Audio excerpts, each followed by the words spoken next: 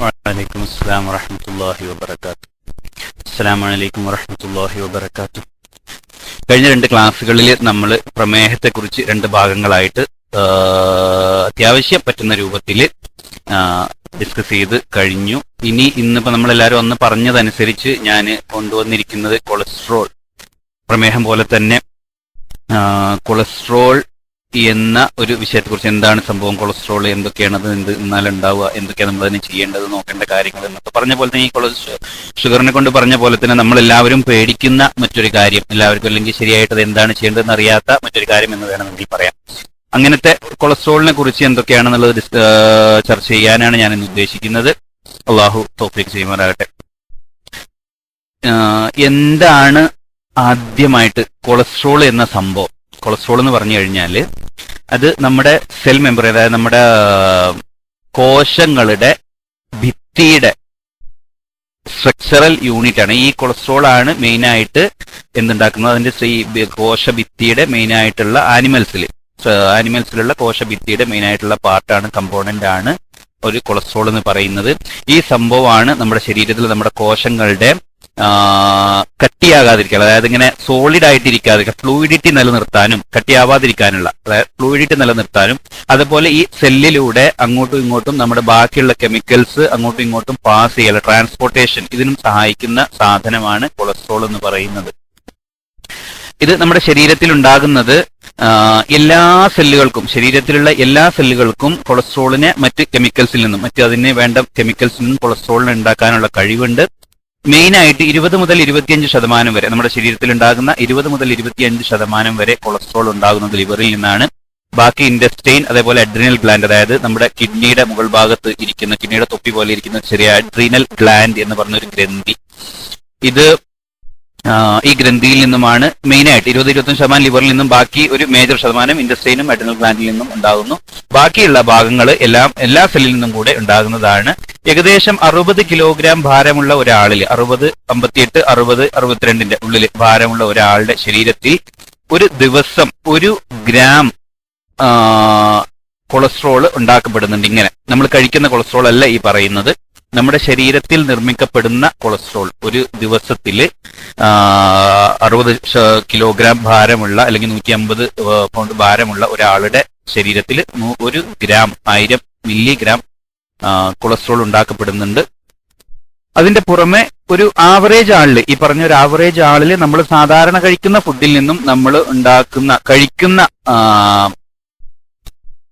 Cholesterol എന്ന് പറയുന്നത് 200 മുതൽ 300 മില്ലിഗ്രാം വരെയാണ്. മനസ്സിലായല്ലോ? ഈ 1 ഗ്രാം എന്ന് പറഞ്ഞാൽ നമ്മുടെ ശരീരത്തിൽ ഉണ്ടാക്കുന്നതാണ്. നമ്മൾ ഭക്ഷണത്തിലൂടെ കഴിക്കുന്നത് 200 മുതൽ 300 മില്ലിഗ്രാം വരെയാണ് ഉണ്ടാവുന്നത്. അതായത് സാധാരണ കൊളസ്ട്രോൾ ഇല്ലാത്ത, സാധാരണ ലെവലിൽ ഉള്ള ഒരാളുടെ ഒരു ഫുഡിന്റെ ഇൻടേക്ക് ആണ് പറഞ്ഞത്. ദിവസവും എണ്ണയും മറ്റും കഴിക്കുന്ന ആളുടെ രൂപത്തിലല്ല. പിന്നെ ശരിക്ക് ഈ നമ്മൾ കഴിക്കുന്ന കൊളസ്ട്രോള് ശരീരത്തിന് ഇങ്ങനൊരു ഒരുപാട് കേടുകളുണ്ട്. കേടുകൾ എന്തൊക്കെയാണ്, കൊളസ്ട്രോൾ കൂടിയാലുള്ള കേടുകൾ എന്നുള്ളത്, എപ്പോഴാണ് കൂടുക എന്നുള്ളത് അതിലേക്ക് ഞാൻ വരും. അപ്പം ഈ കഴിക്കുന്ന കൊളസ്ട്രോള് ശരിക്കും നമ്മുടെ ശരീരത്തിൽ മുഴുവനായിട്ട് അബ്സോർബ് ചെയ്യപ്പെടുന്നില്ല. നമ്മളെ ചെറുകുടലിലൂടെയാണ് കൊളസ്ട്രോള് നമ്മുടെ ശരീരത്തിൽ ആഗിരണം ചെയ്യപ്പെടുന്നത്. പക്ഷെ അതിന്റെ വളരെ ഒരു ചെറിയ ഭാഗം മാത്രമേ, നമ്മൾ കഴിക്കുന്നതിന്റെ വളരെ ഒരു ചെറിയ ഭാഗം മാത്രമേ എന്തുള്ളൂ നമ്മുടെ ശരീരത്തിലേക്ക് ആഗിരണം ചെയ്യപ്പെടുന്നുള്ളൂ. ഇനി അങ്ങനെ ആഗിരണം ചെയ്താൽ തന്നെ ശരീരം അതിനനുസരിച്ച്, പുറത്തുനിന്ന് വരുന്ന കൊളസ്ട്രോളിനനുസരിച്ച് ശരീരത്തിലുള്ള കൊളസ്ട്രോളിന്റെ പ്രൊഡക്ഷൻ കുറക്കാനുള്ള കപ്പാസിറ്റിയും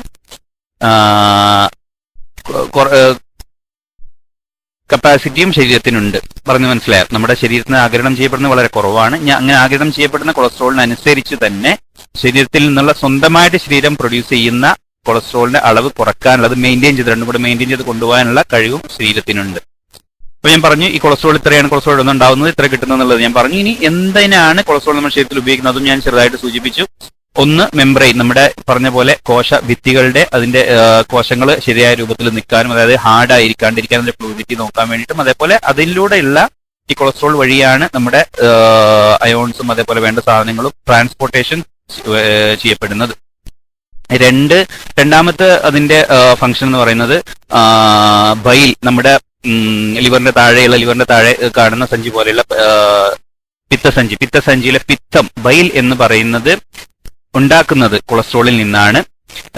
പിന്നെ ഈ ബൈല് നേരെ വന്നിട്ട് നമ്മൾ ഇൻഡസ്ട്രീനിലേക്കാണ് സെക്രീറ്റ് ചെയ്യപ്പെടുന്നത്. നമ്മുടെ കുടലിന്റെ ലിവറിന്റെ താഴെയുള്ള പിത്തസഞ്ചിയിൽ നിന്നും പിത്തം ചെറുകുടലിലേക്കാണ് സെക്രീറ്റ് ചെയ്യപ്പെടുന്നത് അതിന്റെ ട്യൂബ് വഴി.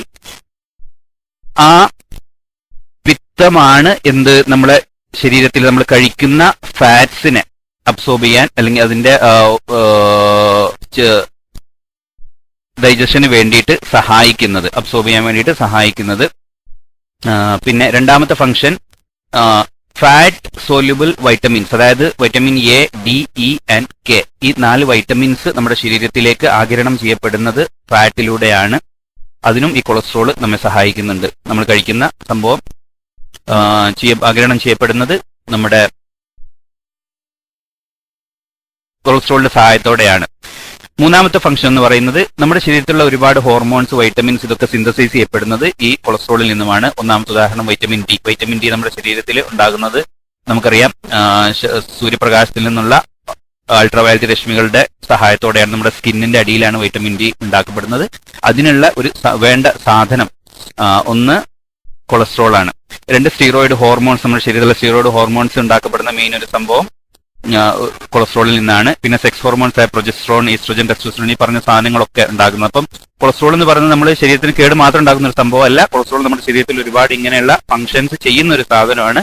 അപ്പൊ അതുകൊണ്ട് ഇതിനെ മെയിൻറ്റെയിൻ ചെയ്യുക എന്നുള്ളതാണ്, നമുക്ക് വേണ്ട രീതിയിൽ കുറയാതെ കൂടാതെ മെയിൻറ്റെയിൻ ചെയ്യുക എന്നുള്ളതാണ് നമ്മൾ ചെയ്യേണ്ട കാര്യം. ഇനി എവിടുന്നാണ് ഇപ്പൊ പറഞ്ഞ പോലെ ശരീരത്തിൽ ഉണ്ടാവും. നമ്മൾ ഇനിയിപ്പോൾ അടുത്തത് നോക്കേണ്ടത് കൊളസ്ട്രോൾ എവിടെ നിന്നൊക്കെയാണ് കിട്ടുന്നത്. ഒന്ന്, നമ്മുടെ കൊളസ്ട്രോൾ എന്ന് പറഞ്ഞ സാധനം, നമ്മൾ കൂടുതൽ കൊളസ്ട്രോൾ ഉള്ള സാധനം ഒന്ന് ആർക്കും ഇപ്പൊ സത്യത്തിൽ ഇപ്പൊ പറഞ്ഞിട്ടുണ്ടെങ്കിൽ കൊളസ്ട്രോൾ കുറയുന്ന അസുഖം ആർക്കും ഉണ്ടാവാറില്ല. കൊളസ്ട്രോൾ കുറഞ്ഞു പോകുന്ന അസുഖങ്ങൾ ആർക്കും അങ്ങനെ ഉണ്ടാവാറില്ല. അതിനെക്കുറിച്ച് ചില പഠനങ്ങൾ നടത്തി വരുന്നു. പക്ഷെ അത് വളരെ ചുരുങ്ങിയ ആളുകളിലേ ഉള്ളൂ. അത് തന്നെ ഇങ്ങനത്തെ ആളുകളിലാണ് സാധാരണ കാണുന്നതെന്ന് വെച്ച് കഴിഞ്ഞിട്ടുണ്ടെങ്കിൽ നമ്മൾ സ്ട്രോക്ക് ആയിട്ട് അല്ലെങ്കിൽ മസിലിന്റെ വല്ല പ്രശ്നങ്ങളോ ആയിട്ട് അല്ലെങ്കിൽ കൂടുതൽ വയസ്സായ ആളുകളിൽ ഒക്കെ അസുഖമായിട്ട് കിടക്കുന്ന ആളുകളിൽ മാത്രമാണ് കൊളസ്ട്രോൾ കുറഞ്ഞു വരുന്ന അസുഖം കാണുന്നത്. അത് ഒരു വലിയ ചർച്ച ചെയ്യപ്പെടുന്ന ഒരു കാര്യമില്ല. അതിനെക്കുറിച്ചുള്ള പഠനങ്ങൾ നടന്നു വരുന്നേ ഉള്ളൂ. വലിയ അതിനൊക്കെ ട്രീറ്റ്മെന്റോ മറ്റോ കാര്യം ഓൾറെഡി അസുഖമായി മരിക്കാൻ കിടക്കുന്ന ഒരാൾ ട്രീറ്റ്മെന്റ് കൊടുക്കേണ്ട കാര്യമില്ല എന്നുള്ള രൂപത്തിലാണ് അത് മെഡിക്കൽ ലോകത്ത് ചർച്ച ചെയ്യപ്പെടുന്നത്. എന്തായാലും നമ്മുടെ പ്രശ്നം കൊളസ്ട്രോൾ കൂടുന്നതാണ് എല്ലാവർക്കും. കാര്യം ഒന്നാമത്തെ കാര്യം നമ്മുടെ ഭക്ഷണ രീതികൾ തന്നെ. അപ്പൊ ഞാൻ എന്തൊക്കെ ഭക്ഷണങ്ങൾ ഏതൊക്കെ ഭക്ഷണങ്ങളിലാണ് സാധാരണഗതിയിൽ, എല്ലാം ചർച്ച ചെയ്യുന്നില്ല, സാധാരണഗതിയിൽ നമുക്ക് കൊളസ്ട്രോൾ കൂടുതലുള്ള ഭക്ഷണങ്ങൾ എന്തൊക്കെയാണെന്നുള്ളത് ഞാനൊന്ന് പറയാം. ഒന്ന്, മെയിനായിട്ട് നമുക്കിതിനെ 2 എണ്ണമായിട്ട് തിരിക്കാം. ഒന്ന് ആനിമൽ ഫാറ്റ്സ്, 2 പ്ലാന്റിൽ നിന്നുണ്ടാവുന്ന ഫ്ലാറ്റ്സ്. നമ്മളെ സസ്യങ്ങളിൽ നിന്ന് കിട്ടുന്നത്, മൃഗങ്ങളിൽ നിന്ന് കിട്ടുന്ന ഫാറ്റ്സും സസ്യങ്ങളിൽ നിന്ന്. ആനിമൽ ഫാറ്റ് എന്ന് പറയുന്നത് നമ്മളെ ട്രൈഗ്ലിസറൈഡ്സ്, അതായത് ട്രൈഗ്ലിസറൈഡ് ആണ് മെയിൻ ആയിട്ട് ആനിമൽ ഫാറ്റിൽ അടങ്ങിയ. ട്രൈഗ്ലിസറൈഡ് എന്താണെന്നുള്ളത് ഞാൻ അതിലേക്ക് വരാം. ആനിമൽ ഫാറ്റിൽ അടങ്ങിയിരിക്കുന്ന മെയിൻ ആയിട്ട് ട്രൈഗ്ലിസറൈഡ് എന്ന് പറഞ്ഞിരിക്കുന്ന കൊളസ്ട്രോളിന്റെ ഒരു ഇനമാണ്. അത് ചീസ്, എഗ് യോക്ക്, അതായത് നമ്മളെ മുട്ടയുടെ ഉണ്ണി എന്ന് പറയില്ലേ, അത്, ബീഫ്, പന്നിയിറച്ചി. അതിപ്പോ ഇവിടെ നമ്മൾ പറയേണ്ട കാര്യമില്ല, പക്ഷെ അതിങ്ങനെ ചർച്ച ചെയ്യുമ്പോൾ പറഞ്ഞു എന്നുള്ളതേ ഉള്ളൂ. പിന്നെ പോൾട്രി ഐറ്റംസ്, ഫിഷില്, ഷ്രിമ്പ്, അതായത് മീനില്, ചെമ്മീനില് വളരെ കൂടുതൽ കൊളസ്ട്രോൾ, ട്രൈഗ്ലിസറൈഡ് അടങ്ങിയിരിക്കുന്ന ഒരു സാധനമാണ്, പ്രത്യേകം ശ്രദ്ധിക്കണം. മീൻ നല്ല എന്ന് പറഞ്ഞാൽ എല്ലാവരും കൂടെ ചെമ്മീൻ കഴിക്കാൻ നിൽക്കണ്ട. മീനിനെ കുറിച്ച് പറഞ്ഞ പോലെ തന്നെ സംഭവം ട്രൈഗ്ലിസറൈഡ് ഉണ്ട് എന്നുണ്ടെങ്കിലും അതില് ഒമേഗ 3 ഫാറ്റി ആസിഡ് എന്ന് പറയുന്ന മറ്റൊരു സാധനം ഉള്ളതുകൊണ്ട് ശരിക്കും അത് കൊളസ്ട്രോൾ കൂടുന്നതിന് നല്ലതാണെന്നാണ് പറയുന്നത്. കൊളസ്ട്രോൾ കൂടുന്നത് നല്ലതെന്ന് പറഞ്ഞിട്ടുണ്ടെങ്കിൽ കൊളസ്ട്രോൾ കുറക്കാൻ നല്ലതാണ്. മനസ്സിലായല്ലോ? അപ്പൊ മീനില് ചില ഐറ്റംസിൽ മാത്രമേ ഇങ്ങനെ കൊളസ്ട്രോൾ, സാധാരണഗതിയിൽ മീനിനെ കൊളസ്ട്രോൾ കൂടുതൽ ഒരു ഐറ്റമായിട്ട് കൂട്ടേണ്ടതില്ല. ആനിമൽ ഫാറ്റിൽ പറഞ്ഞുകൊണ്ടാണ് ഞാൻ അത് അവിടെ തന്നെ പറഞ്ഞത്. ബാക്കിയുള്ള നമ്മുടെ ഇറച്ചികളിലുള്ള അധികം എണ്ണവും കൊളസ്ട്രോൾ, റെഡ് മീറ്റുകളെല്ലാം പല കാര്യങ്ങളെ കൊണ്ടും നമ്മൾ ഒഴിവാക്കേണ്ടതാണ്. ഈ പറഞ്ഞതിന്റെ കൂടുതൽ ഞാൻ പറയാൻ ഉദ്ദേശിക്കുന്നത് കൊളസ്ട്രോൾ കൂടുതലുള്ള സാധനം കൂടിയാണ്. അപ്പൊ പറഞ്ഞ പോലെ ചീസ്, എഗ്, മുട്ടയിൽ നിന്നുണ്ടാക്കുന്ന, അതായത് ആനിമൽസ് നിന്നുണ്ടാക്കുന്ന എന്തൊക്കെ വരുന്ന പാലിൽ നിന്നുള്ള സാധനങ്ങൾ, മുട്ടയിൽ നിന്നുണ്ടാക്കിയെടുക്കുന്ന സാധനങ്ങൾ, അതേപോലെ ഇറച്ചി, പിന്നെ ലിവർ എന്ന് പറയുന്നത് കൊളസ്ട്രോളിന്റെ വലിയ, നമ്മൾ പോത്തിന്റെ ലിവർ അല്ലെങ്കിൽ ആടിന്റെ ലിവർ എന്നൊക്കെ പറഞ്ഞു കൊടുക്കുന്നത് ഇതിന്റെ ഭയങ്കര ഒരു കൊളസ്ട്രോൾ കൂടുതലായിട്ട് അടങ്ങിയിരിക്കുന്ന ഒരു സാധനമാണ് ലിവർ എന്ന് പറയുന്നത്. പിന്നെ പ്ലാന്റ് സോഴ്സസ് എന്ന് പറയുന്നത് ഇതിൽ കൊളസ്ട്രോളിന്റെ അളവ് പ്ലാന്റ് സോഴ്സസ്, അതായത് നമ്മളെ safflower oil, sunflower oil, palm oil, നമ്മുടെ കോക്കനട്ട് ഓയിൽ, വെളിച്ചെണ്ണ. ഈ സംഭവം വെളിച്ചെണ്ണയുടെ കാര്യം ഞാൻ പറയാം. അപ്പം ഈ സംഭവങ്ങളിലൊക്കെ സാധാരണഗതിയിൽ ട്രൈഗ്ലിസറൈഡ് കുറവാണ്. അപ്പം ഈ നമുക്ക് വേണ്ട എണ്ണയെയും വേണ്ടാത്ത നമ്മളിപ്പോൾ എന്തിന്റെ അടിസ്ഥാനത്തിലാണ് ഇതിൽ കുറവാണ് ഇതിൽ കൂടുതലാണെന്ന് പറയുന്നത് എന്നുള്ളതിനെ നമുക്ക് unsaturated fatty acids, saturated fatty acids, എണ്ണയും കാര്യമായിട്ട് 3 ഐറ്റമായിട്ടാണ് തിരിക്കുന്നത്: unsaturated, saturated and trans fats. ഈ അൺസാച്ചുറേറ്റഡ് ഫാറ്റി ആസിഡ്സ് എന്ന് പറയുന്നത് നമ്മൾ സാധാരണഗതിയിൽ നമ്മൾ പറഞ്ഞ നല്ല എണ്ണകളിൽ ഉണ്ടാവുന്ന അൺസാച്ചുറേറ്റഡ് ഫാറ്റി ആസിഡ്സ് ആണ് നമുക്ക് വേണ്ടത്. അതായത് ഈ അൺസാച്ചുറേറ്റഡ് ഫാറ്റി ആസിഡ്സിൽ ആണ് നമ്മളെ ടോട്ടൽ കൊളസ്ട്രോളിനെയും LDL-നെയും കുറക്കുന്നത്. LDL അത് ഞാൻ ഒന്ന് പറയാം. LDL-നെയും കുറക്കുന്നത്, നമുക്ക് വേണ്ടാത്ത കൊളസ്ട്രോളിനെ കുറക്കുന്നത്. അതേപോലെ ഇതിന്റെ വേറൊരു കാര്യം എന്ന് പറഞ്ഞു കഴിഞ്ഞാൽ നമുക്ക് വേണ്ട കൊളസ്ട്രോൾ HDL-നെ കൂട്ടുകയും ചെയ്യുന്നുണ്ട്. സാച്ചുറേറ്റഡ് ഫാറ്റി ആസിഡ്സ് എന്ന് പറഞ്ഞിട്ടുണ്ടെങ്കിൽ നമ്മൾ എല്ലാ കൊളസ്ട്രോളിനെയും കൂട്ടുകയാണ് ചെയ്യുന്നത്.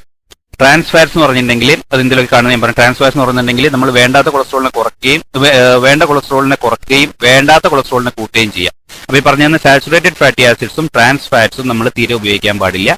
അൺസാച്ചുറേറ്റഡ് ഫാറ്റി ആസിഡ്സ് ആണ് നമ്മൾ കൂടുതൽ ഉപയോഗിക്കേണ്ടത്. അത് ഉള്ളത് നമ്മൾ ഈ പറഞ്ഞ സസ്യ എണ്ണകളിലാണ്. ട്രാൻസ് ഫാറ്റ്സ് എന്ന് പറയുന്നത് എന്താ സംഭവം എന്ന് വെച്ച് കഴിഞ്ഞാൽ ഈ അൺസാച്ചുറേറ്റഡ് ഫാറ്റ്സ് നമ്മൾ ഐസ്ക്രീമും അതേപോലെ നമ്മൾ മഫിൻസ്, കപ്പ് കേക്കുകൾ, അങ്ങനത്തെ ബേക്ക്ഡ് ഐറ്റംസിലൊക്കെ ഉള്ള സാധനം. അപ്പൊ ഇത് എന്താ സംഭവിച്ചിട്ടുണ്ടെങ്കിൽ ഈ നമ്മൾ സസ്യ എണ്ണകൾ ആയിരിക്കും അതിലൊരു പക്ഷെ ഉപയോഗിക്കുന്നത്. പക്ഷെ ആ സസ്യ എണ്ണകൾ തന്നെ നമ്മളെ കെമിക്കൽ റിയാക്ഷൻസിന് ഇതായിട്ട് അത് സോൾഡിഫൈ ചെയ്യുന്ന ഒരവസ്ഥ, അതിനെയാണ് ട്രാൻസ് ഫാറ്റ്സ് എന്ന് പറയുന്നത്. അപ്പൊ സസ്യ എണ്ണകളിൽ നിന്ന് ഉണ്ടാക്കിയതാണ് എന്നുള്ളത് കൊണ്ട് മാത്രം എല്ലാ ഐസ്ക്രീമും എല്ലാ സാധനങ്ങളും നല്ലതല്ല. അതിൽ നമുക്ക് കേടുള്ള എണ്ണയുടെ ഐറ്റമാണ് അടങ്ങിയിരിക്കുന്നത്. അപ്പം നമ്മൾ ചുരുക്കത്തിൽ പറഞ്ഞത് നമുക്ക് കേടുള്ള കൊളസ്ട്രോളിനെ മെയിനായിട്ട് രണ്ടെണ്ണമായിട്ട് തിരിക്കാം. ഒന്ന് സാച്ചുറേറ്റഡ് ഫാറ്റി ആസിഡ്സ്, അതായത് നമ്മളെ എല്ലാ മൃഗങ്ങളിൽ നിന്നും കിട്ടുന്ന എണ്ണയുടെ ഒരു വിഭാഗം. ട്രാൻസ് ഫാറ്റ്സ് എന്ന് പറയുന്നത് മൃഗങ്ങളിൽ നിന്നോ അല്ലെങ്കിൽ മറ്റ് സസ്യ എണ്ണകളിൽ നിന്നോ കിട്ടുന്ന എണ്ണ തന്നെ, പക്ഷെ അത് ഇങ്ങനെ ചെയ്ത് കഴിഞ്ഞ് വരുന്ന എണ്ണകൾ, അതായത് റിയാക്ഷൻ കഴിഞ്ഞിട്ട് വരുന്ന എണ്ണകൾ, ഐസ്ക്രീമിൽ അതേപോലെ മഫിൻസിൽ, ബേക്ക്ഡ് ഐറ്റംസിലൊക്കെ ഉള്ള എണ്ണകളും അതിന് കേടാണെന്ന് പറയുന്നു. പിന്നെ ഈ ഓക്കെ, അപ്പൊ ഇനിയിപ്പോ ഇത്രയാണ് നമുക്ക് കൊളസ്ട്രോൾ. ഒരു ഫുഡിന്റെ ഐറ്റംസിലേക്ക് ഞാൻ വരുന്നുണ്ട്. എപ്പോഴാണ് എന്തൊക്കെയാണ് ഈ കൊളസ്ട്രോൾ കൂടി ഓരോ എണ്ണയുടെ ഇതിലേക്ക് ഞാൻ വരാം. എന്തൊക്കെ എണ്ണയിലാണ് ഉള്ളത് എന്നുള്ളത് വെളിച്ചെണ്ണയെ കുറിച്ച് ഞാൻ പറയാം. അതിനെക്കുറിച്ച് പറയുമ്പോൾ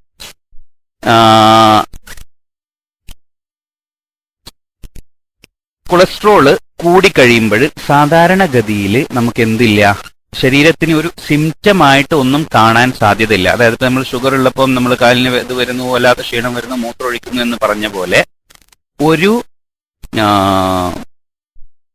കൊളസ്ട്രോൾ ഉള്ള ആൾക്ക് എനിക്ക് പിന്നെ അസുഖങ്ങളുള്ളത് കൊണ്ട് എനിക്ക് കൊളസ്ട്രോൾ ഉണ്ടോ എന്ന് സംശയിക്കാവോ എന്ന് ചോദിച്ചാൽ സത്യത്തിൽ അങ്ങനെ ഒരു അസുഖം വരാറില്ല.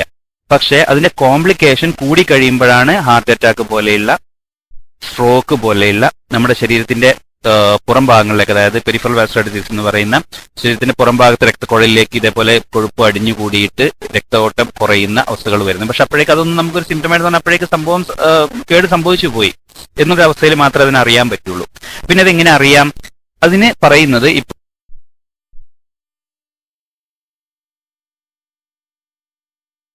ഇപ്പം അമേരിക്കൻ ഹാർട്ട് അസോസിയേഷൻ ചെയ്യുന്നത് എന്താണെന്ന് വെച്ച് കഴിഞ്ഞാൽ 20 വയസ്സിന് മുകളിലുള്ള എല്ലാവരും, 20 വയസ്സുള്ള ഒരാള് 5 വർഷത്തിൽ ഒരിക്കലെങ്കിലും, കൊളസ്ട്രോൾ ഇല്ലാത്ത ഒരാളുടെ കാര്യമാണ് പറയുന്നത്. കൊളസ്ട്രോൾ ഇല്ലാത്ത ഒരാൾ, സാധാരണ ആരോഗ്യവാനായിട്ടുള്ള കൊളസ്ട്രോൾ ഇല്ലാത്ത 20 വയസ്സായിട്ടുള്ള ഒരാള്, അതിന് മുകളിലുള്ളവരും 5 വർഷത്തിൽ ഒരിക്കലെങ്കിലും എല്ലാ കൊളസ്ട്രോളും നോക്കിയിരിക്കണം. കൊളസ്ട്രോൾ ഒരിക്കലെങ്കിലും ചെക്ക് ചെയ്തിരിക്കണം. കൊളസ്ട്രോൾ ഉള്ള ട്രീറ്റ്മെന്റ് എടുക്കുന്ന ഒരാള് നമ്മൾ ഷുഗർ നോക്കുന്ന പോലെ ദിവസമോ അല്ലെങ്കിൽ ഒരു മാസത്തിൽ ഒരിക്കലോ കൊളസ്ട്രോൾ നോക്കിയതുകൊണ്ട് പ്രത്യേകിച്ച് മാറ്റം നമുക്ക് കാണാൻ സാധിക്കില്ല. നേരെ മറിച്ച് അത് നമ്മൾ ട്രീറ്റ്മെന്റ് എടുക്കുന്ന ആളാണെങ്കിലും അതല്ല വെറും ഭക്ഷണത്തിലും എക്സസൈസിലുമായിട്ട് കൺട്രോൾ ചെയ്യുന്ന ആളാണെങ്കിലും അതിനെന്താ വേണ്ടതെന്ന് വെച്ച് കഴിഞ്ഞാൽ ഒരു 3-4 മാസത്തിന്റെ ഉള്ളിൽ മാത്രമേ നോക്കേണ്ട ആവശ്യമുള്ളൂ. കുറച്ച് പൈസ, സാധാരണ നമ്മൾ ഷുഗർ നോക്കുന്നതിനേക്കാളും പൈസ ഇത്തിരി കൂടുതലുള്ള ടെസ്റ്റാണ്. അതുകൊണ്ട് തന്നെ അതിന് എല്ലാ മാസവും ടെസ്റ്റ് ചെയ്തിട്ട് പൈസ കളയേണ്ട കാര്യമില്ല.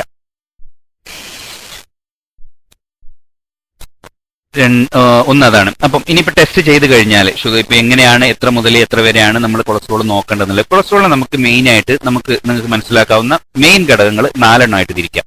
ഒന്ന് ടോട്ടൽ കൊളസ്ട്രോൾ, അതായത് എല്ലാ കൊളസ്ട്രോളിന്റെയും കൂടിയുള്ള അളവ്. 2 ട്രൈഗ്ലിസറൈഡ്. ട്രൈഗ്ലിസറൈഡ് എന്ന് പറഞ്ഞാൽ അതിന്റെ ഒരു വിഭാഗമാണ് HDL അല്ലെങ്കിൽ ഹൈ ഡെൻസിറ്റി ലൈപ്പോപ്രോട്ടീൻ എന്ന് പറയുന്ന സാധനം. അതുപോലെ ലോ ഡെൻസിറ്റി ലൈപ്പോപ്രോട്ടീൻ എന്ന് പറയുന്നത്. പിന്നെ വെരി ലോ ഡെൻസിറ്റി, അതിനെ മാറ്റി നിർത്താം. അത് ഇതിന് കാൽക്കുലേറ്റ് ചെയ്തെടുക്കുന്ന സാധനം മാത്രം. ഈ 4 നോക്കിയാൽ തന്നെ നമുക്ക് എന്ത് ചെയ്യാൻ പറ്റും, കൊളസ്ട്രോളിനെ കുറിച്ച് അറിയാൻ പറ്റും. ടോട്ടൽ കൊളസ്ട്രോൾ എന്ന് പറയുന്നത് അതാണ് നമ്മൾ എല്ലാവരും പറയുന്ന കൊളസ്ട്രോൾ എത്രയുണ്ട് എന്ന് പറയുന്ന സാധനം. പക്ഷെ അത് മാത്രമല്ല നോക്കേണ്ടത്. വെറും കൊളസ്ട്രോൾ നോക്കിയത് കൊണ്ട് നമുക്ക് നിങ്ങളുടെ ശരീരത്തിൽ എന്തൊക്കെ നല്ല കൊളസ്ട്രോൾ ആണോ ചീത്ത കൊളസ്ട്രോൾ ആണോ ഉള്ളത്, അതിന്റെ അളവ് എത്രയാണ് എന്നുള്ളത് നമുക്ക് അറിയാൻ സാധിക്കില്ല. എപ്പോഴും ടെസ്റ്റ് ചെയ്യുമ്പോൾ ഫാസ്റ്റിംഗ് ലിപ്പിഡ് പ്രൊഫൈൽ, അതായത് ഈ എല്ലാ കൊളസ്ട്രോളും നോക്കുന്നത് ഫാസ്റ്റിംഗിൽ 12 മണിക്കൂർ ഫാസ്റ്റിംഗ് ആണ് ലിപ്പിഡ് പ്രൊഫൈലിന് പറയുന്നത്. നമ്മൾ കൊളസ്ട്രോൾ നോക്കാൻ പറയുന്നത് സാധാരണ ഞാൻ ഷുഗറിന് പറയുന്ന 8 മുതൽ 10 മണിക്കൂർ ഫാസ്റ്റിംഗ് ആയിരുന്നു. 12 മണിക്കൂറെങ്കിലും ഫാസ്റ്റിംഗ് വേണം. എന്തിന്? ഷുഗറിന് കൊളസ്ട്രോൾ നോക്കാനെന്നാണ് പറയുന്നത്. ഓക്കെ, അപ്പം ഇതിലെ ടോട്ടൽ കൊളസ്ട്രോളിന്റെ അളവ് നമ്മൾ ടെസ്റ്റ് ചെയ്ത് വരുമ്പോൾ ടോട്ടൽ കൊളസ്ട്രോളിന്റെ അളവ് 200-ൽ താഴെ ആയിരിക്കണം എന്നാണ് നമ്മൾ ഡിസൈറബിൾ, അതായത് നമുക്ക് വേണ്ട അളവ് 200-ൽ താഴെ ആയിരിക്കണം. 200 മുതൽ 239 വരെ മൈൽഡ് ഹൈ, അതായത് വളരെ ചുരുങ്ങിയ രൂപത്തിൽ കൂടുതലാണ് എന്നുള്ള രൂപത്തിലും, 240-ന്റെ മുകളിൽ റീസണബിളി ഹൈ, അതായത് നിങ്ങൾക്ക് കേടുന്ന അല്ലെങ്കിൽ ഹൈ റിസ്ക് എന്നുള്ള രൂപത്തിൽ നമുക്ക് കാറ്റഗറൈസ് ചെയ്യാവുന്നതാണ്. അപ്പം ഈ 200 മുതൽ 239 വരെയുള്ള ആളുകളിൽ വളരെ ചെറിയ ചെറുപ്പക്കാരാണ്, അല്ലെങ്കിൽ റെസ്പിറേറ്ററി അറ്റാക്കോ അല്ലെങ്കിൽ സ്ട്രോക്കോ ഒന്നും ഉണ്ടായ ആളല്ല. സാധാരണ ഒരാൾ സാധാരണ ടെസ്റ്റ് ചെയ്തപ്പോൾ കണ്ടുപിടിച്ചതാണ് എന്നുണ്ടെങ്കിൽ ഈ 200 മുതൽ 239 വരെയുള്ള ആളുകൾക്ക് ചില അവരുടെ തടിയും കാര്യങ്ങളൊക്കെ നോക്കി, എല്ലാവരുടെയും കാര്യമല്ല പറയുന്നത്. സാധാരണ വലിയ തടിയൊന്നും ഇല്ലാത്ത ആളാണ്, വലിയ വയറൊന്നും ഇല്ലാത്ത ആളാണ്, സിഗരറ്റ് വലിക്കുന്നില്ല, അങ്ങനെ റിസ്ക് ഫാക്ടേഴ്സ് ഒന്നും ഇല്ലാത്ത, റിസ്ക് ഫാക്ടർ എന്ന് പറയുന്നുണ്ടെങ്കിൽ മറ്റു അസുഖങ്ങൾ വരാൻ ഉള്ള റിസ്ക് ഇല്ലാത്ത, അതായത് ഞാൻ ഈ പറഞ്ഞ കൂടുതൽ തടി, പൊണ്ണത്തടി, അതേപോലെ വയറ് ചാടിയ ആളുകൾ, അല്ലെങ്കിൽ സ്ഥിരമായിട്ട് നന്നായിട്ട് സ്ഥിരമായിട്ട് എങ്ങനെയാണെങ്കിലും പുകവലിക്കുന്ന ആളുകൾ, ഈ ആളുകളിൽ അല്ലാത്തവരിൽ സാധാരണക്കാരിൽ സാധാരണ ട്രീറ്റ്മെന്റ് വരാറില്ല. റിസ്ക് ഉള്ള ആളുകളാണെങ്കിൽ അതനുസരിച്ച് ഡോസ് അല്ലെങ്കിൽ മരുന്ന് തുടങ്ങേണ്ടി വരും, അതിനനുസരിച്ച് ഡോസും വേണ്ടി വരും. 240-ന്റെ മുകളിലുള്ള എല്ലാവർക്കും സാധാരണഗതിയിൽ നമ്മൾ ട്രീറ്റ്മെന്റ് തുടങ്ങാറുണ്ട്. പിന്നെ അപ്പം 200-ന്റെ താഴെ നമുക്ക് വേണ്ട അളവ്, 200 മുതൽ 239 വരെ മൈൽഡ് ഹൈ, 240-ന്റെ മുമ്പിൽ റീസണബിൾ. അപ്പൊ 201, 210 എന്നൊക്കെ പറയുമ്പോഴേക്കും ആരും പേടിച്ചുകൊണ്ട കാര്യമില്ല. അത് നിങ്ങളുടെ ഭക്ഷണ ക്രമീകരണത്തിലും എക്സസൈസിലും മാത്രം കുറക്കാവുന്ന സംഭവമാണ്. രണ്ടാമത്തെ ഇനം ട്രൈഗ്ലിസറൈഡ് എന്ന് പറഞ്ഞത്, അത് ഞാൻ പറഞ്ഞു ആനിമൽ ഫാറ്റിൽ നിന്ന് നമുക്ക് ആനിമൽസിൽ നിന്നുള്ള എണ്ണകളിൽ നിന്നൊക്കെ നമുക്ക് ഡയറക്റ്റ് അബ്സോർബ് ചെയ്യപ്പെടുന്ന സാധനം. അതിന്റെ അളവ് 150-ന്റെ താഴെ ആയിരിക്കണം എന്നാണ് ഈ പറഞ്ഞ പോലെ. ഏറ്റവും നല്ല അളവ് 150-ന്റെ താഴെ ആയിരിക്കണം. 150 മുതൽ 200 വരെ മൈൽഡ് ഹൈ എന്നും, 200 മുതൽ 499 വരെ 500 വരെ ഹൈ എന്നും, 500-ന്റെ മുകളിൽ വെരി ഹൈ, അതായത് റിസ്ക് വളരെ കൂടുതലാണ് എന്നുള്ള 4 കാറ്റഗറീസിലായിട്ടാണ് നമ്മൾ അതിനെ കാറ്റഗറൈസ് ചെയ്തിരിക്കുന്നത്. ഒന്നുകൂടെ പറയാം. 150-ന്റെ താഴെ നോർമൽ, 150 മുതൽ 200 വരെ മൈൽഡ് ഹൈ. ഇനി പറഞ്ഞ രൂപത്തിൽ ചിലപ്പോൾ ട്രീറ്റ്മെന്റ് വരേണ്ടതായിരിക്കില്ല. 200-ന്റെ താഴെയാണെങ്കിൽ അതെന്ത് ചെയ്തും നമ്മൾ ഈ പറഞ്ഞ കാര്യങ്ങളൊക്കെ നോക്കിയിട്ട് ട്രീറ്റ്മെന്റ് വേണ്ടി വരുള്ളൂ. പിന്നെ ട്രീറ്റ്മെന്റ് ഇത് ഭക്ഷണ ക്രമീകരണത്തിലും നമ്മുടെ എക്സസൈസിലും കുറക്കാവുന്ന സംഭവം ഉണ്ടാവുള്ളൂ. 200 മുതൽ 499 വരെ എന്ന് പറഞ്ഞ സാധാരണഗതി ട്രീറ്റ്മെന്റ് ചെറിയ രൂപത്തിൽ അല്ലെങ്കിൽ റിസ്ക് അനുസരിച്ച് ഉള്ള ട്രീറ്റ്മെന്റ് തുടങ്ങേണ്ടതായിരിക്കും. 500-ന് മുകളിൽ വളരെ റിസ്ക് ആണ്. ട്രൈഗ്ലിസറൈഡ് എന്ന് പറയുന്ന സാധനം ഈ ടോട്ടൽ കൊളസ്ട്രോൾ കൂടുന്നതിനേക്കാൾ ട്രൈഗ്ലിസറൈഡ് കൂടിയിരിക്കുന്നതാണ് നമ്മൾ നോക്കേണ്ടത്. 500 മുതൽ വളരെ ഹൈ ആണ്. എല്ലാത്തിനും ചാൻസ് റിസ്ക്, നമ്മൾ ഈ ഹാർട്ട് അറ്റാക്ക്, സ്ട്രോക്ക് മുതലുള്ള സംഭവങ്ങൾക്ക് ചാൻസ് വളരെ കൂടുതലാണ്. വളരെ അഗ്രസീവായിട്ട് ട്രീറ്റ് ചെയ്യേണ്ട സംഭവമാണ്.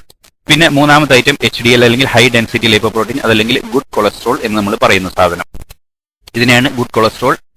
LDL അതായത് ലോ ഡെൻസിറ്റി ലൈപ്പോപ്രോട്ടീനെയാണ് നമ്മൾ എന്ത് പറയുന്നത്, ബാഡ് കൊളസ്ട്രോൾ എന്ന് പറയുന്നത്. അപ്പൊ ഈ ഗുഡ് കൊളസ്ട്രോളിന്റെ അളവ്, അതായത് നമ്മുടെ ശരീരത്തിൽ വേണ്ട, ഞാൻ പറഞ്ഞല്ലോ പല കാര്യങ്ങൾക്കും നമ്മൾ കൊളസ്ട്രോൾ ആവശ്യമുണ്ടെന്ന് പറഞ്ഞല്ലോ, അതേപോലെ നമ്മുടെ ഈ അസുഖങ്ങൾ വരുന്നതിന്റെ റിസ്ക് കുറക്കാനും കൂടെയുള്ള, കൊളസ്ട്രോൾ എന്ന് പറഞ്ഞാൽ എല്ലാം ചീത്ത, നമ്മുടെ ശരീരത്തിന് ദോഷം മാത്രം വരുന്ന സാധനമല്ല എന്ന് ഞാൻ ആദ്യമേ പറഞ്ഞു. അപ്പൊ അതേപോലെ തന്നെ ഈ വേണ്ട കൊളസ്ട്രോളിലെ ഏറ്റവും വേണ്ട സാധനമായ ഹൈ ഡെൻസിറ്റി ലൈപ്പോപ്രോട്ടീൻ 60-ൽ മുകളിലായിരിക്കണം.